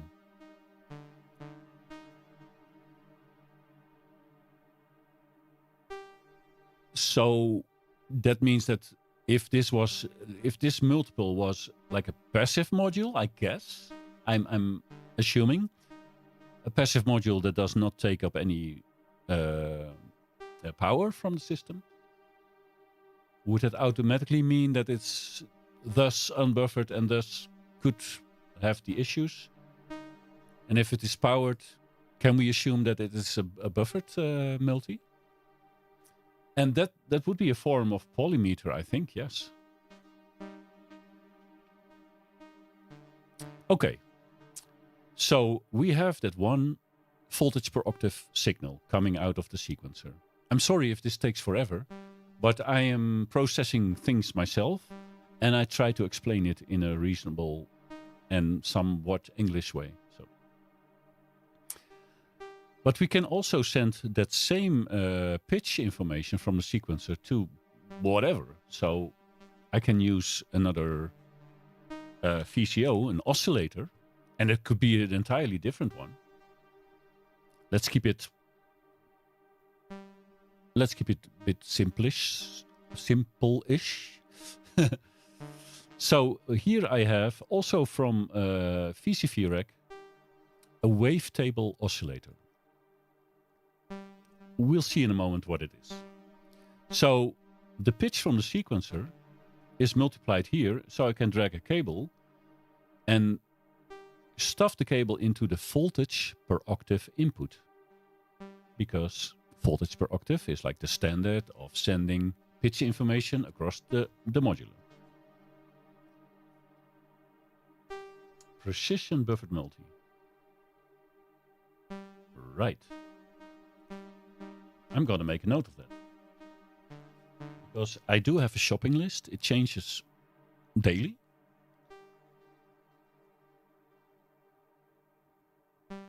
But sometimes I will actually shop, and I want to shop for the right things.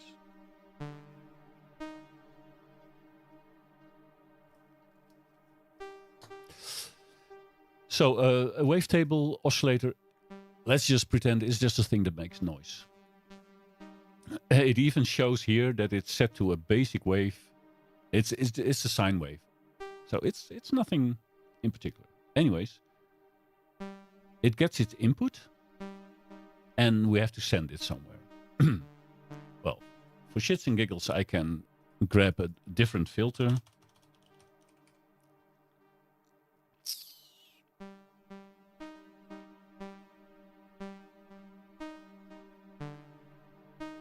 Let's pick an acid filter because it's for Webbit. IntelliGel. Okay. Yeah.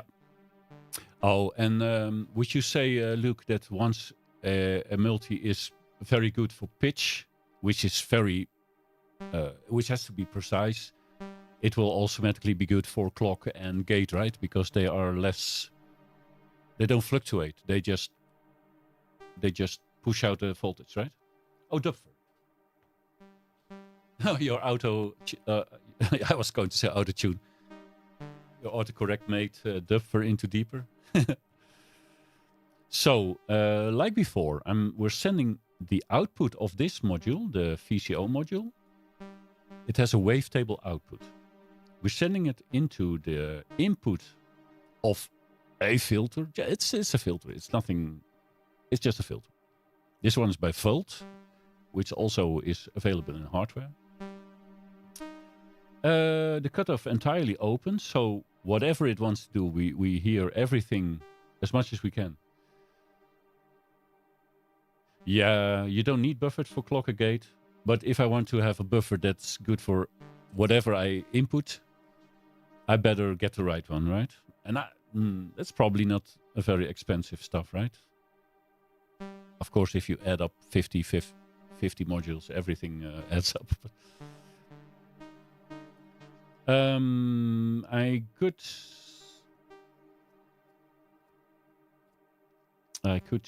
We need something to, like an envelope generator.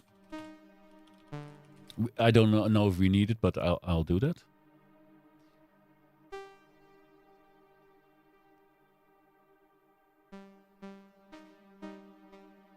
I like this one by Instruo.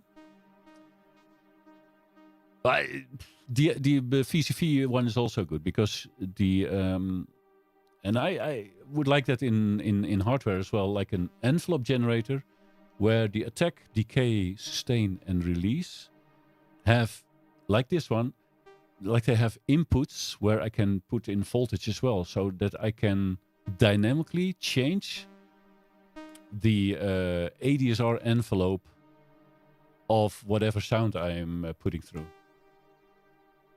I mean, that's modular, right? Making sure that you can modulate as much as possible, cross-modulate everything. I hope. You have the components synchrotron. So I could basically solder them from you for you. You can make unbuffered yourself. Oh yeah, right. Oh, buffered multis are triple the cost of unbuffered. Ooh, okay. Oof. So this is another envelope generator, just like the one above. It also has attack, decay, sustain, and release. Let's say I am going to duplicate this. Oh, that's not the right key. Can I do that with control? No, not really. Then I'll do it like this. Duplicate. So this VCA goes here. And the output...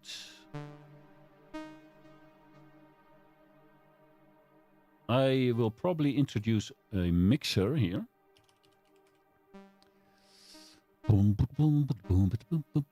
Based on mutable instrument shades. I don't know. I need a simple mixer. Mixer. With dials. What would be a decent hardware mixer, by the way? I mean, I saw Redmeans recording like Jeremy in a video this morning. And he uses the 1010, I don't know, black box 1010 mixer. But that's a lot of money, right?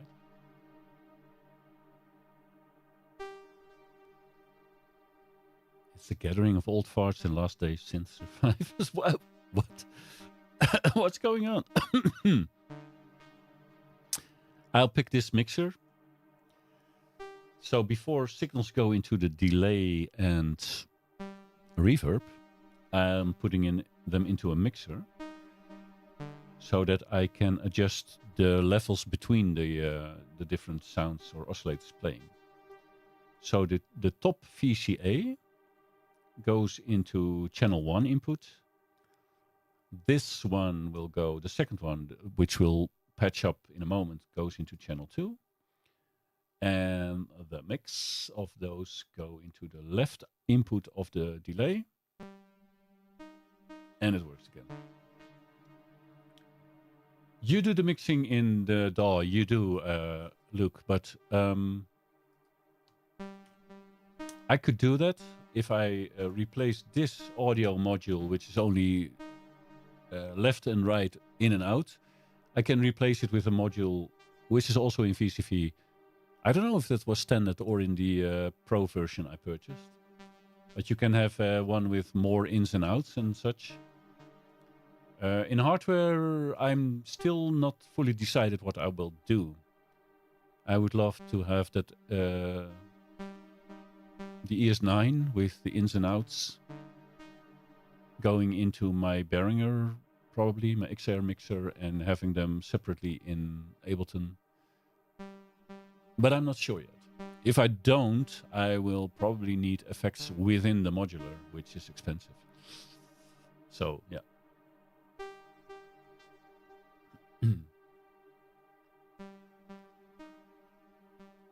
You fuffing around with your little modular mixes. Yeah.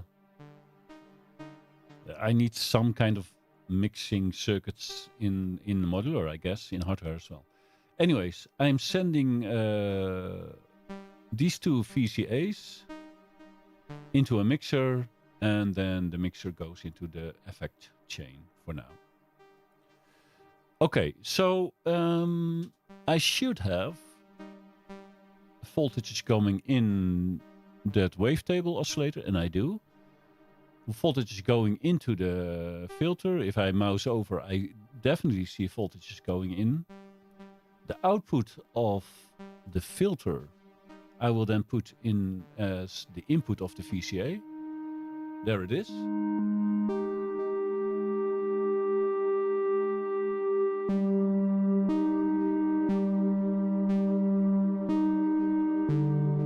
So I can lower that, now that I have a mixer here, I can lower the wavetable oscillator in a mix.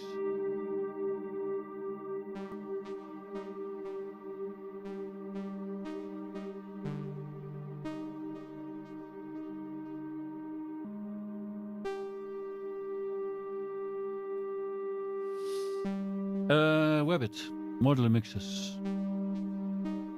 Well, what I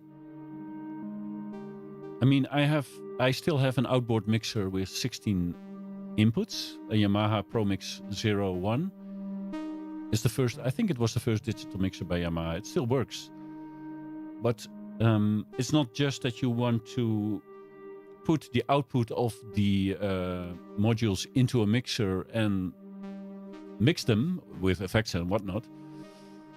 What for me would be important inside of modular is that you can actually control the mixer as well with voltage. I will zoom in on the VCA mix that is included in VCV Rack. So you have here the VCA mix module. Here you can see on channel 1, I will turn this down. That's the original sequence sound coming in. Okay. And then we have the second oscillator that Luke asked me to add.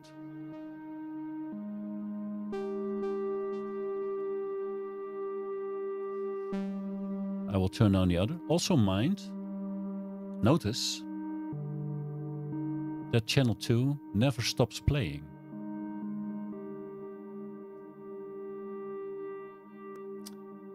Can you guess why? Also, this VCA remains yellow all the time. Why is that?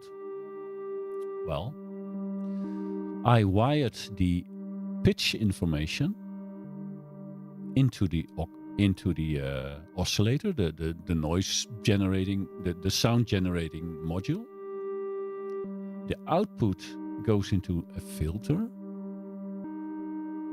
but then the filter output goes straight into the amplifier.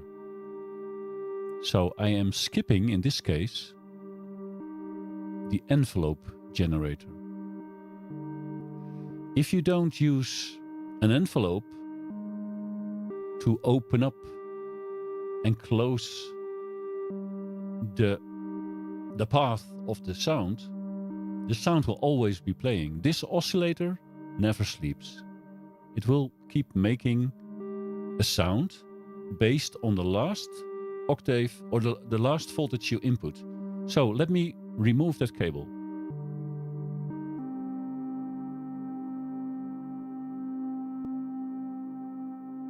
It never ends. So this oscillator is now stuck on the voltage it last received, and it will keep playing this same frequency.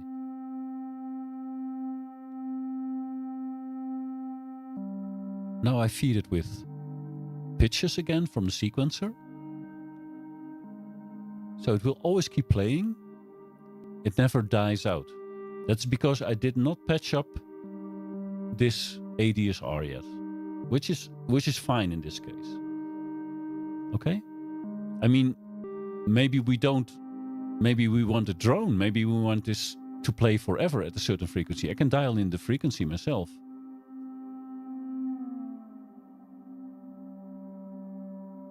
And it will just be there.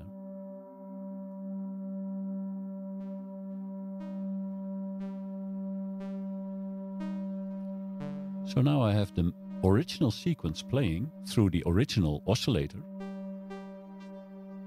And because I am not feeding any pitch information to this wavetable oscillator, it has become a static drone-ish sound.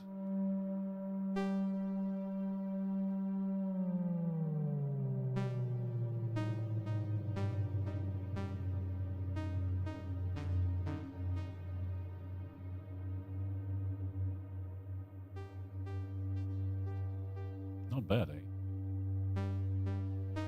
It's still going through the delay and reverb.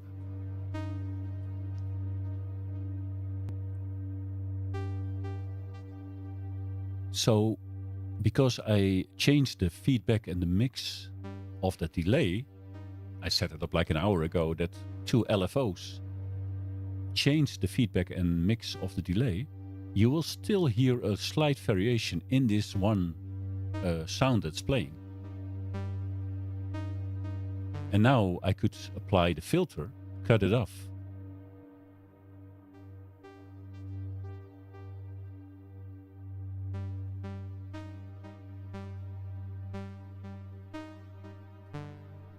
Now it only lets the low frequency through. I can apply some resonance.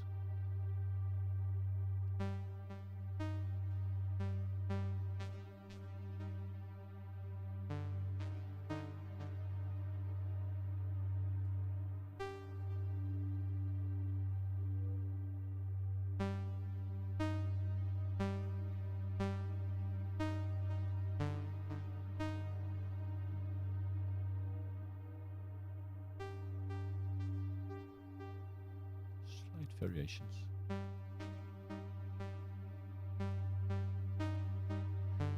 Hi Karel, welcome. And yeah, Peter Puke, yeah.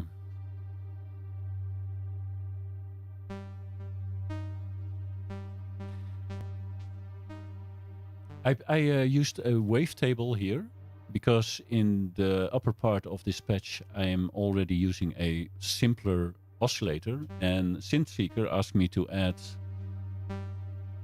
another oscillator path or another sound generating path fed by the same sequencer I'm already using, which I'm not doing right now. And I just picked this, and we can change to a different.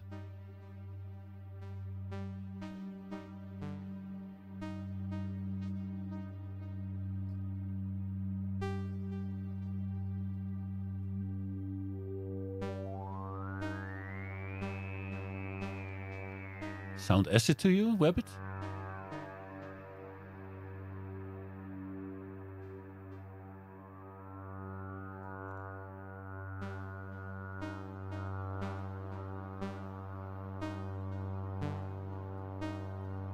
But this drone never dies.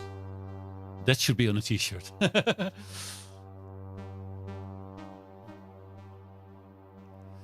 So, and I can't stop being so happy with stuff like this now, because what I did not see a year ago, I see now. Because this oscillator, this wavetable oscillator, you saw me turning this knob to change its wavetable position. So we can morph between sine and triangle and whatnot. But this is all controllable through voltage as well. So earlier you saw me connect an LFO to the delay to change its feedback in its mix. But nothing can stop me from adding another LFO and changing this knob automatically. You can do this in a DAW as well with your VST synths, or I mean, you can do this as well. But you can, I mean, I want to do it. I have no plans. I just fiddle around on the spot.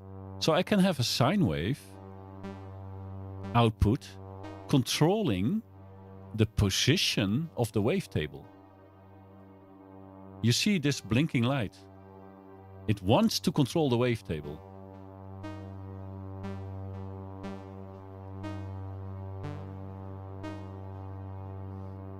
But here's a knob which tells me how much of that incoming voltage, because this is all voltage, it's just voltage coming in, how much of that voltage is allowed to change our wavetable position, and do we want it to change in a positive or minus? Look at this. It's magic. It isn't magic, but it does things that nobody told us we could do as kids. So that the droney sound is now very it's now varying. We can, of course, make the frequency insane. You want to wobble? It is magical. So we can slow that down. It's beautiful. Hi, Katja, welcome. You know what's more beautiful, Webbit? I will tell you. I'm going to pretend that I'm rich, and I'm duplicating this LFO. And now I'm going to use LFO1 to modulate LFO2, which in turn modulates our wavetable position. Let's see what happens. So this LFO has a knob for frequency. The higher the frequency, the faster the wobble. An LFO in the wobbly cam, that would be fun. There should be some device that Andy can put in his beard, like and that we as the viewers in chat can set an LFO rate that his beard starts trembling. That would be so cool. Yo, dog. We put an LFO and an LFO.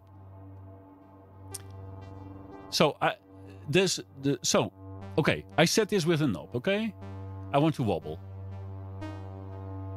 But now, I want the wobble to be wobbled. So, I'm sorry. And I want it to wobble. I'm going to use a triangle wave as a frequency modulation input on that. So, see what happens. Nothing happens right now. Wobbly beard. So, there's voltage coming into this LFO, but it's not controlling anything right now. But what if I let it control the LFO frequency?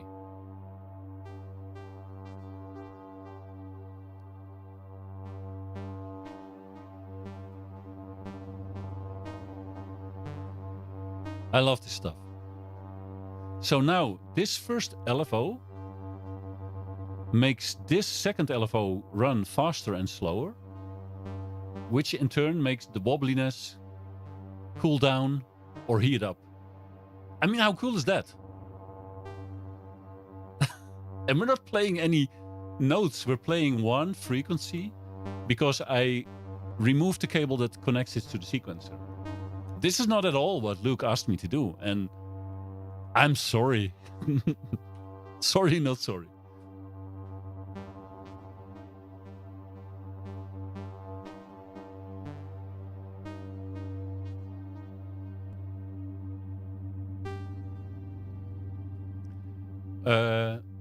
Karel asks if we do have a sample and hold. So a random output on the LFO, but with a slew. So not, I can use sample and hold. Let me show you like this. No, I don't even. This one doesn't. So I do have LFOs which output random values. And then you must have some kind of slew limiter stuff to kind of round off those values so that it becomes more. Ableton Live has fantastic LFO for that kind of stuff. For this, the same I would do in Ableton Live with the LFOs that are built in there.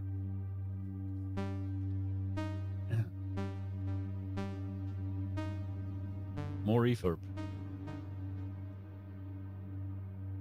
Of course.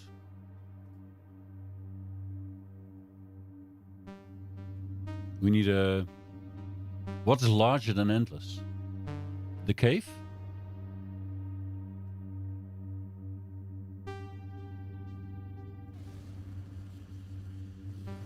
What if we modulate the size of the cave?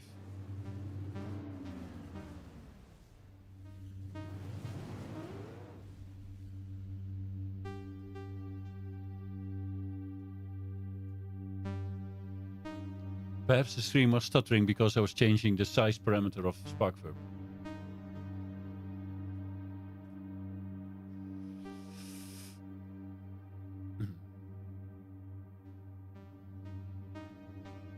Yes, I will get there. So,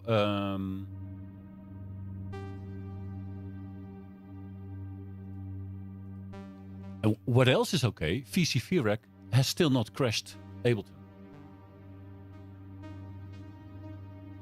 So, okay, I will tell you about the mixer.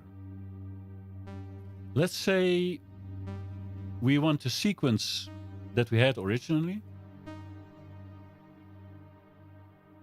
Wait a bit till the drone is gone from the reverb as well.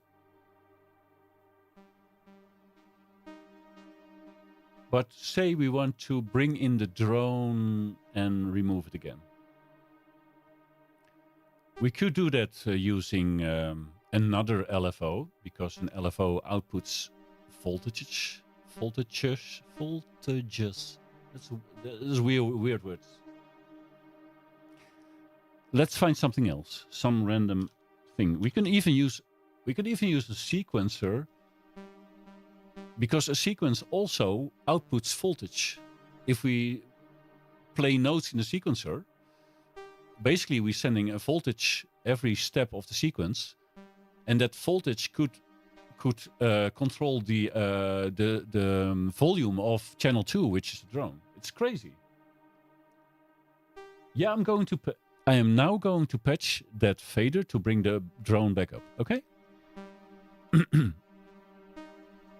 I'm going to do that with a random CV generator. This is what Karel was talking about. A random... I will explain. So this is also coming with VCV Rack.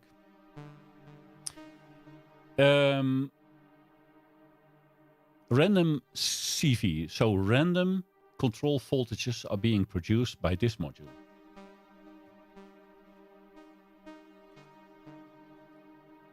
I could use Plateau and Chronoblob for delay and reverb,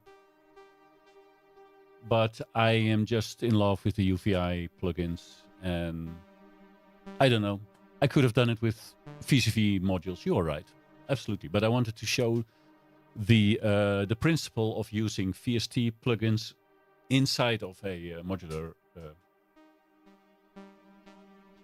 The core. Yeah, I'm not the one to explain about the core of modular because it's so new to me. But everything is voltage. And this is also why I think you can do things with... Look, if you have MIDI control over something, the MIDI old version, not MIDI 2, but just MIDI as we know it, MIDI cannot send like a ramping, like a slowly ramping, or how should I say it, a smoothly ramping up or down to a parameter. MIDI has values 0 to 127.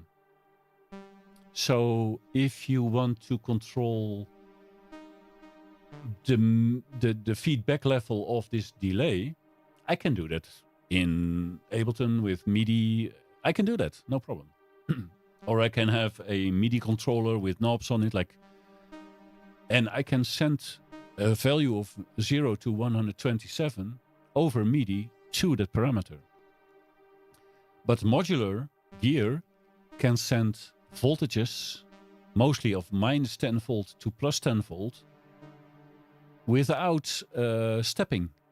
So it's a smooth ramp up from, say, minus 10 to plus 10 volt. And it can do that really fast as well. So I think that opens up more control over other modules which react to voltage. It's not a protocol that is being chopped up in small steps. No, it is just a raw voltage that you're working with. I cannot explain it further, but in my mind it feels like smoother and faster operation of your entire setup. That's what it feels like to me.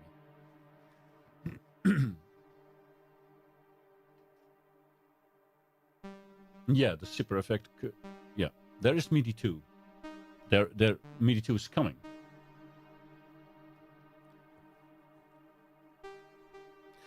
Anyway, you want to bring in that mixer channel with the drone sometimes.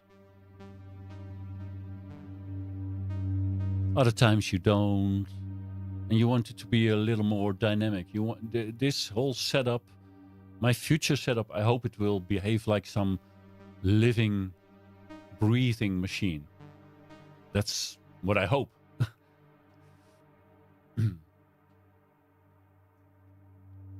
So, because this mixer has control voltage inputs on every channel, we can just do that. Okay, I will show you that this module, which sends out voltages, can send out random voltages completely like MIDI would do. Stepped voltages.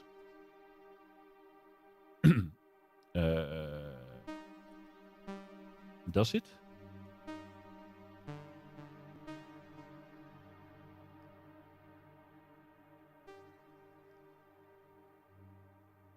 It does. I don't know. I have the base value. I have to set fully open, perhaps.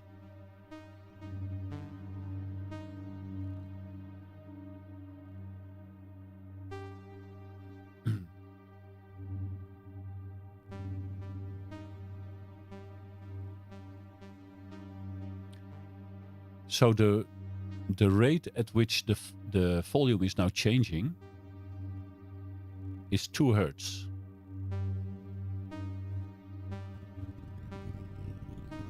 I can make it so fast that mixer level itself almost becomes an effect. Why? Because the fast moving level of that drone is going through delay and reverb. So what happens in the mixer now is being amplified by the effects that come after it.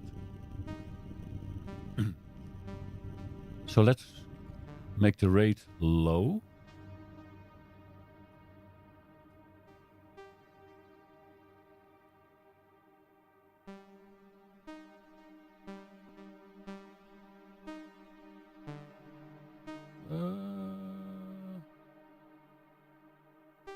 Bipolar.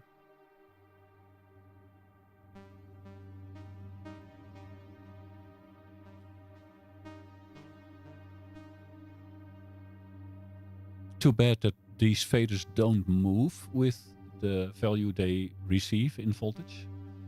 My Yamaha mixer does. It has motorized faders, so you'll actually see stuff happening.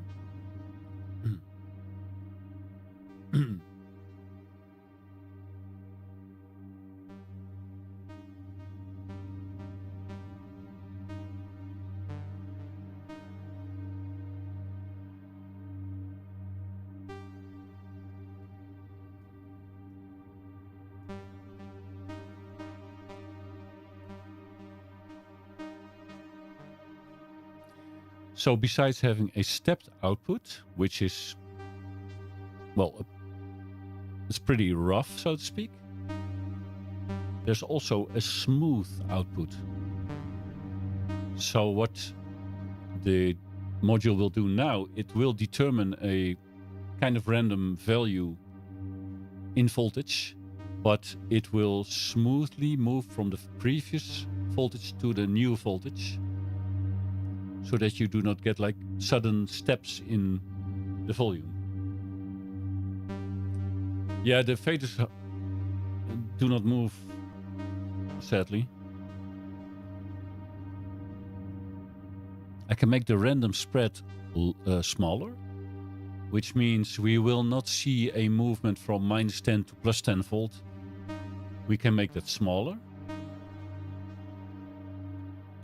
We can also change the probability of this triggering.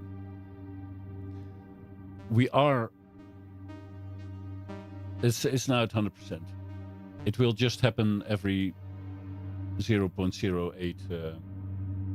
Yeah, boy, that's what I like. Oh, the smooth operator.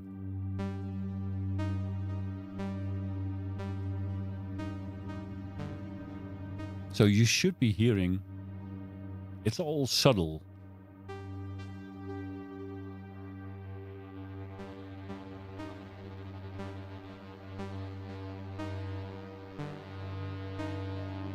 I opened the filter, so you hear the wobbling more.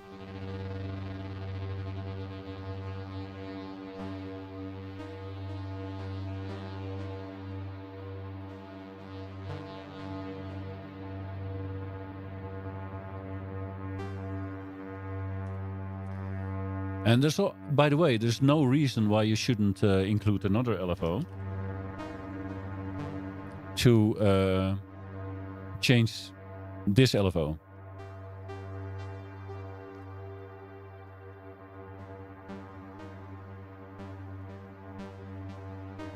To introduce even more unpredictability.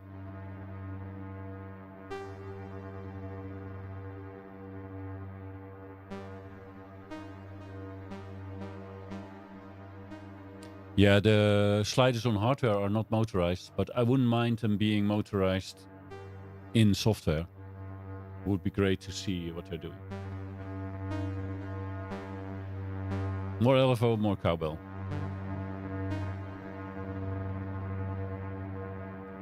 So we made a drone out of this, but that wasn't the original plan. And it's not, is it even in key with...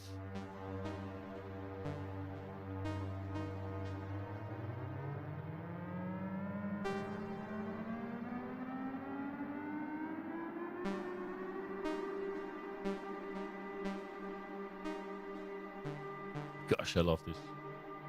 But Luke and Joe, why am I doing this? To be honest, I can't put it into words. It's just, again, there are connections being made in my brains by doing this and by hearing the results that are so satisfying that I want to do that again. Does it make sense?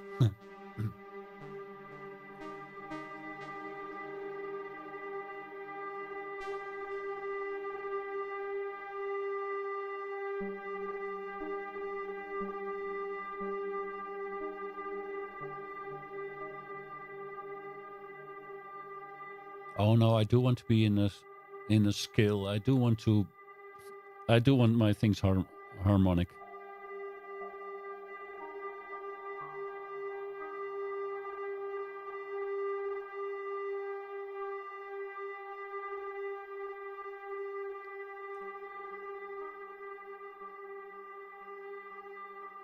Yeah, the siren.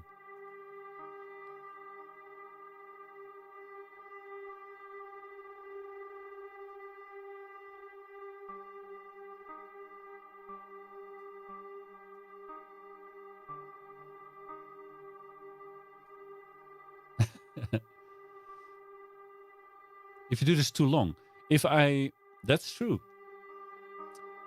If I would suddenly stop this and go to the bathroom, which is a great idea anyways, I will still hear, maybe not hear, but I will feel the tingling continuing. So it does something to the mass up here.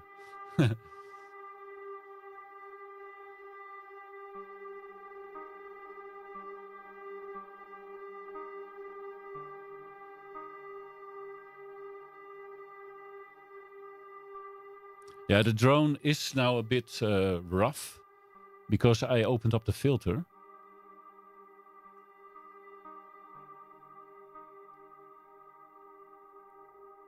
Close it down a bit.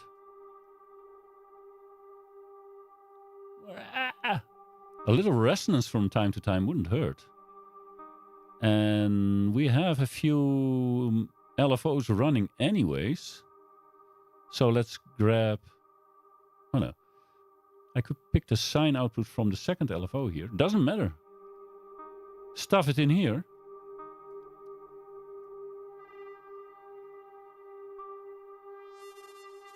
Yeah. Now the resonance is being adjusted by the second LFO here. In a bathing suit, hobbling on a blow-up toilet. Oh, and Malthus calls me Light because I went by the name of Light and Magic on Twitch for 5 years.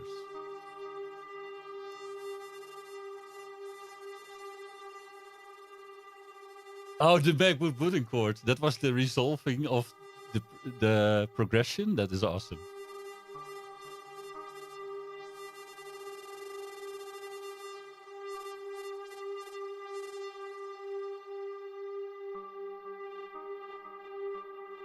Gosh, I'm starting to like this. This was not my assignment.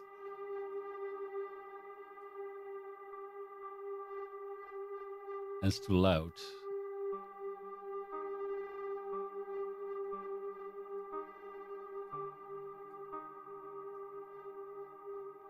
This is not what I was paid for.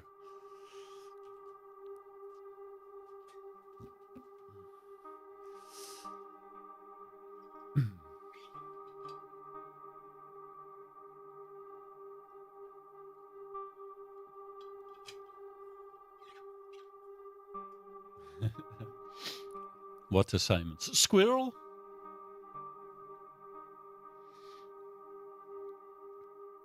So now somehow the sequence, the original sequence, doesn't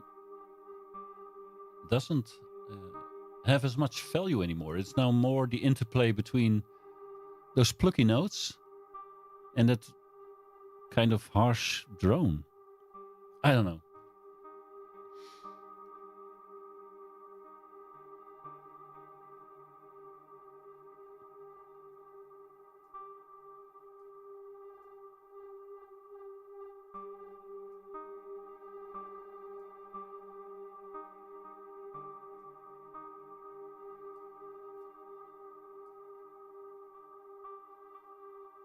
There are weird things going on.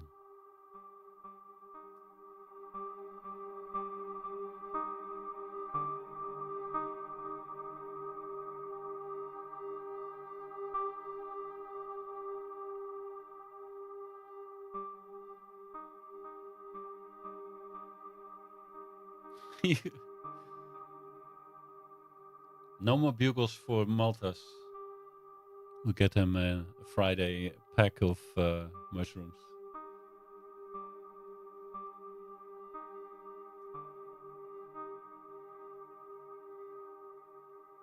Now, also to prove the point of why modular is so much fun, I should probably change the envelope of this thing. Can I? Let's see. Oh, walk is walk. I want to have walk in hardware, man. Okay. The Y signal, the X signal output. Check this. I'm going to change the attack of the plucky sound.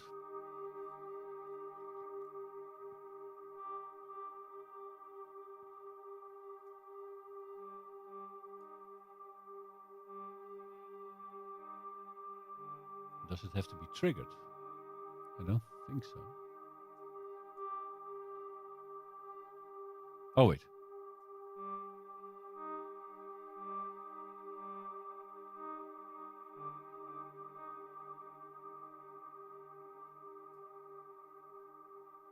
So now the attack of the plucky sound is being changed depending on the X coordinate of where this blob is walking.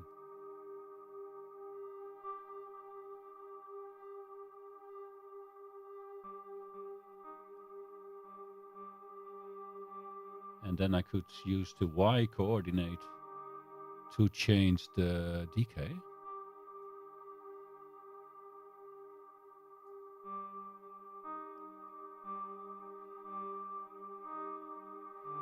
And the rate trigger input, the trigger could come from... I can use a clock, perhaps, like this clock 3. Can a clock trigger this? Yeah, it can.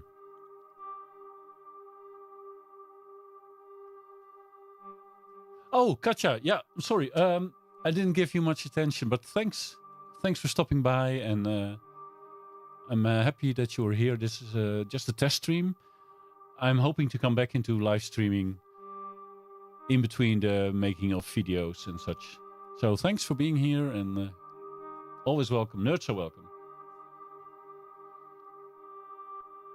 So clock 3 is now triggering this walk. Every time a clock is input, the walk position is greatly changed, but I can probably scale, offset. Okay, so but this is a clock divider, as we talked about before. So the rate at which the walk is changed can be much lower than the 60 BPM we are working at right now. So let's divide the main clock by 11. Let's not make it even.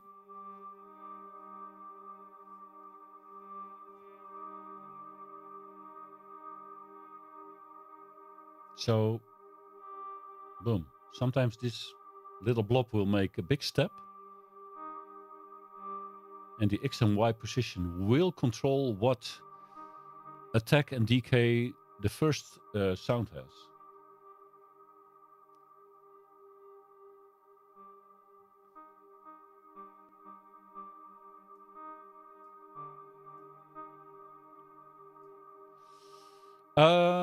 I still didn't do two things.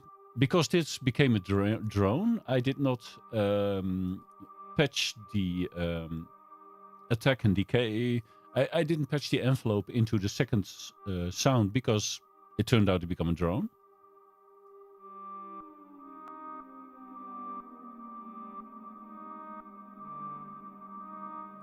What if I make it a sequenced sound like Luke was actually asking? We had the voltage per octave pitch output of the sequencer going into this mold. Let's drag a cable into the voltage per octave of the second oscillator.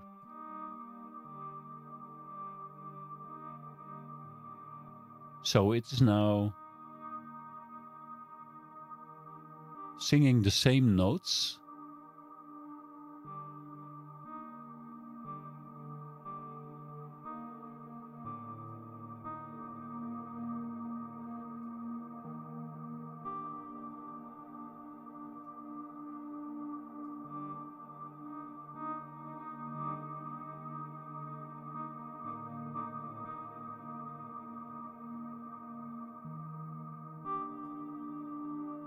Not bad, if I may say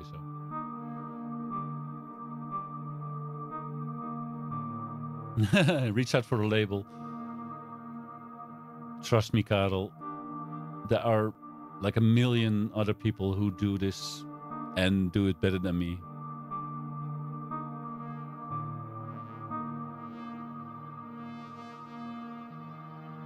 Now that it has become part of the sequence, I'm not sure if I need an envelope. I actually like that it keeps playing.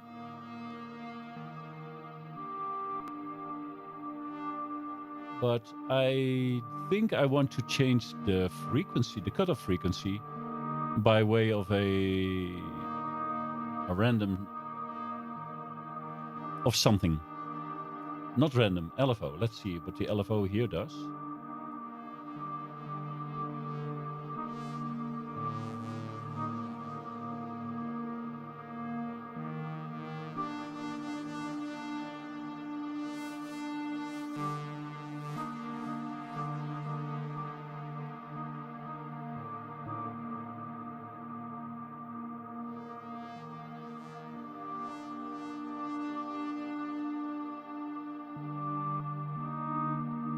Wow. The attack going crazy. It's really cool that that is actually redrawn when you change the ADSR here.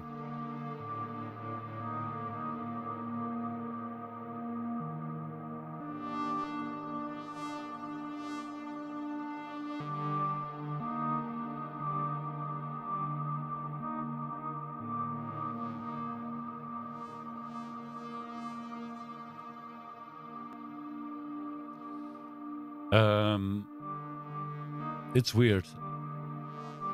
Honestly, I didn't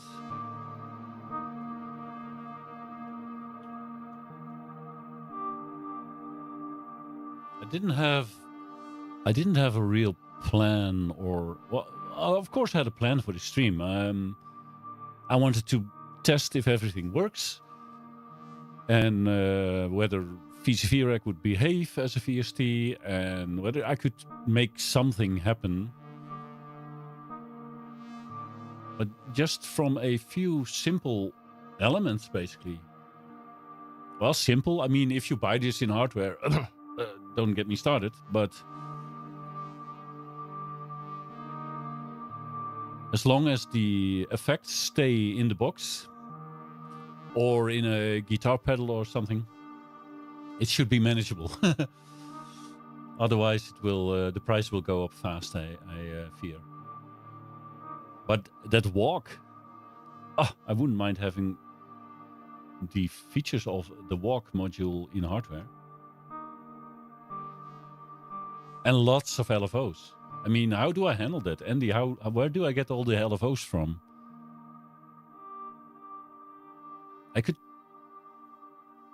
I'm looking at a DivKit Oct module for LFOs.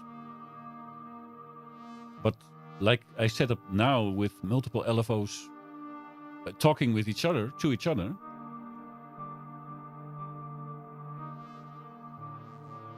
that would be interesting to own. But is it possible? Did I make a nice thing? It only took me 3 hours.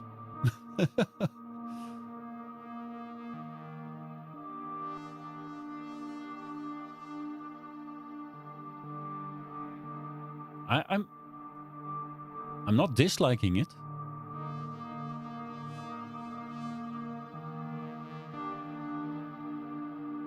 But I do wonder how to make this happen in hardware. Where do I get all the functions from, all the utilities? It didn't take a lot of oscillators.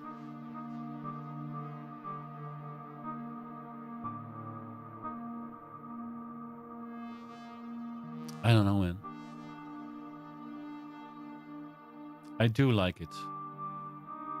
I didn't record anything, so the YouTube video is all there will be. And this patch will be scratched after the show. It's probably... Yeah, I mean... I thought I would not be able to handle that fact, that you cannot store your presets and open it up again tomorrow, but... Perhaps I don't want to open this again tomorrow, because tomorrow I have a new idea. Tomorrow I will just launch with some modules again and try something different. I guess.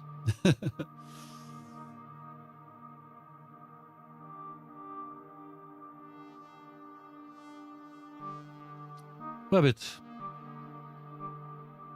Oh, I can save the patch, of course. But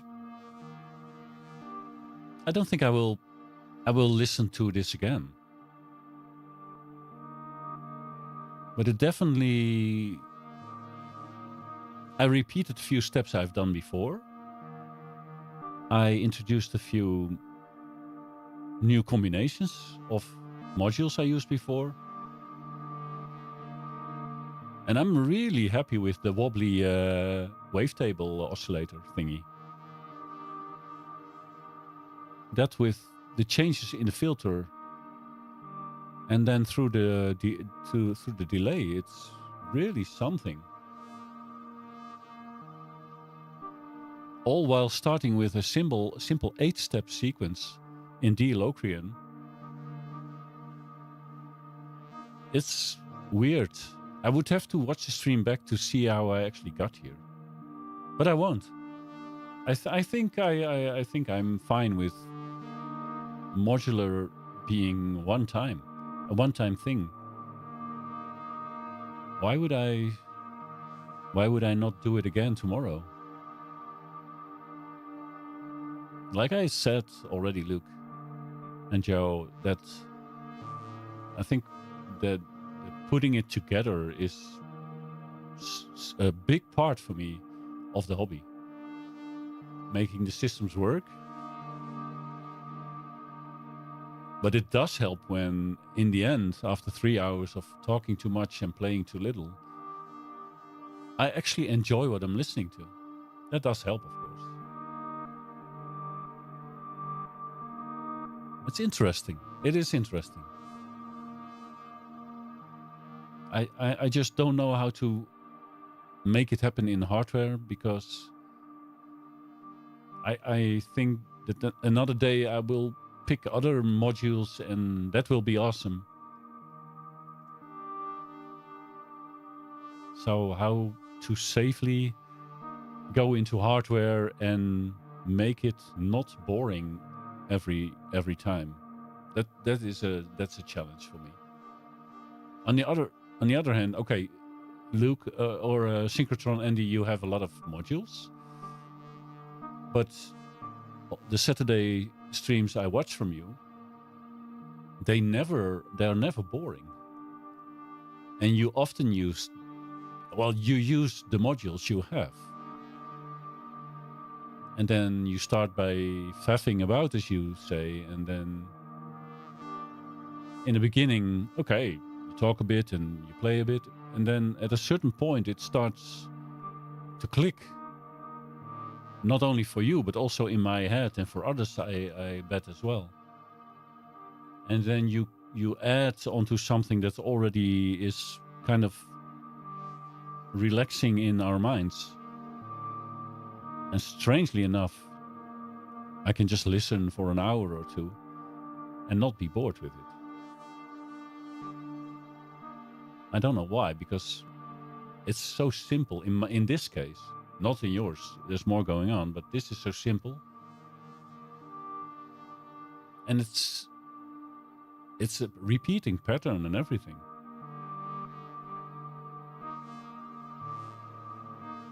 It's magic, I think. It's magic.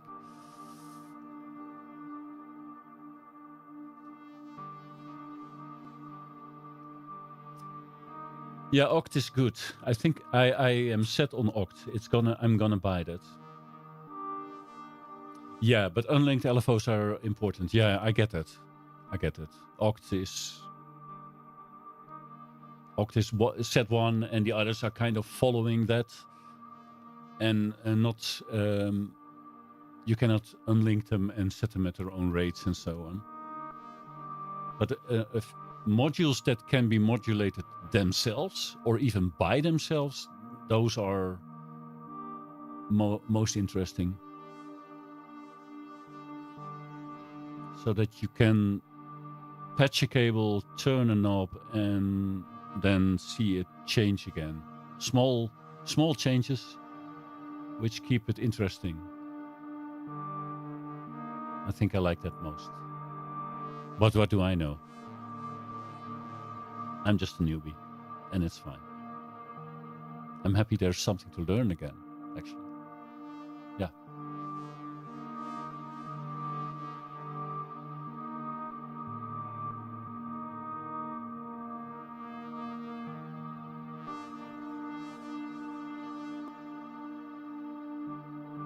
Yeah.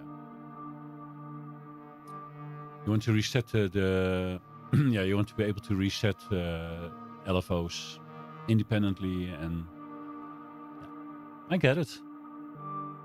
I just have to look at the cost.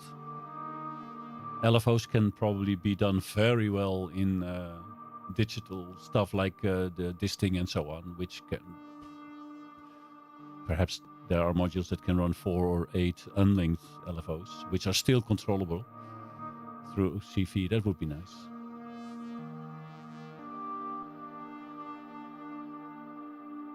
I think enough is enough. There's an actual result. while I was only going online to see if I could go online. I can.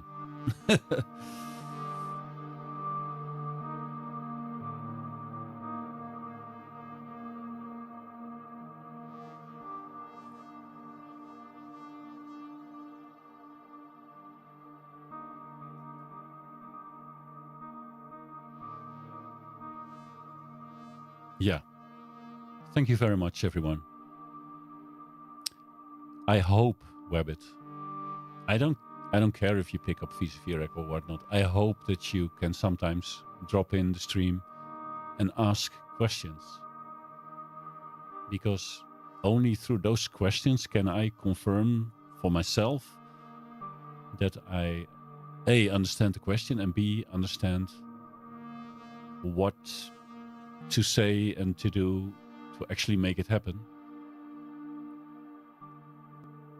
And I explained it a lot over the years, and I say that just honestly to you, I need external motivation, and questions are a good motivator for me. And if I don't know the answer, it is just fun to look up the answer together during the stream. I don't mind, I have time. But for now, after about 3 hours, which is fine for me, I think I'll leave it at this. And I thank you for being here, guys. Luke, Andy, Klaus, Katja was here, Karel, Wabbit. Did I miss someone? I hope not. Rich supersized. Yeah, it's all a test. But isn't life a test as well? Thank you very much. I'll let the sequence play for another minute or so. And I think I'll go for an afternoon nap. Thanks. I hope to do this again next Wednesday. But schedules are there to change. See you in your streams, Luke, Andy, Webbit. Looking forward to your talks in February. I need a few talks from you. And keep making music, guys. Bye-bye.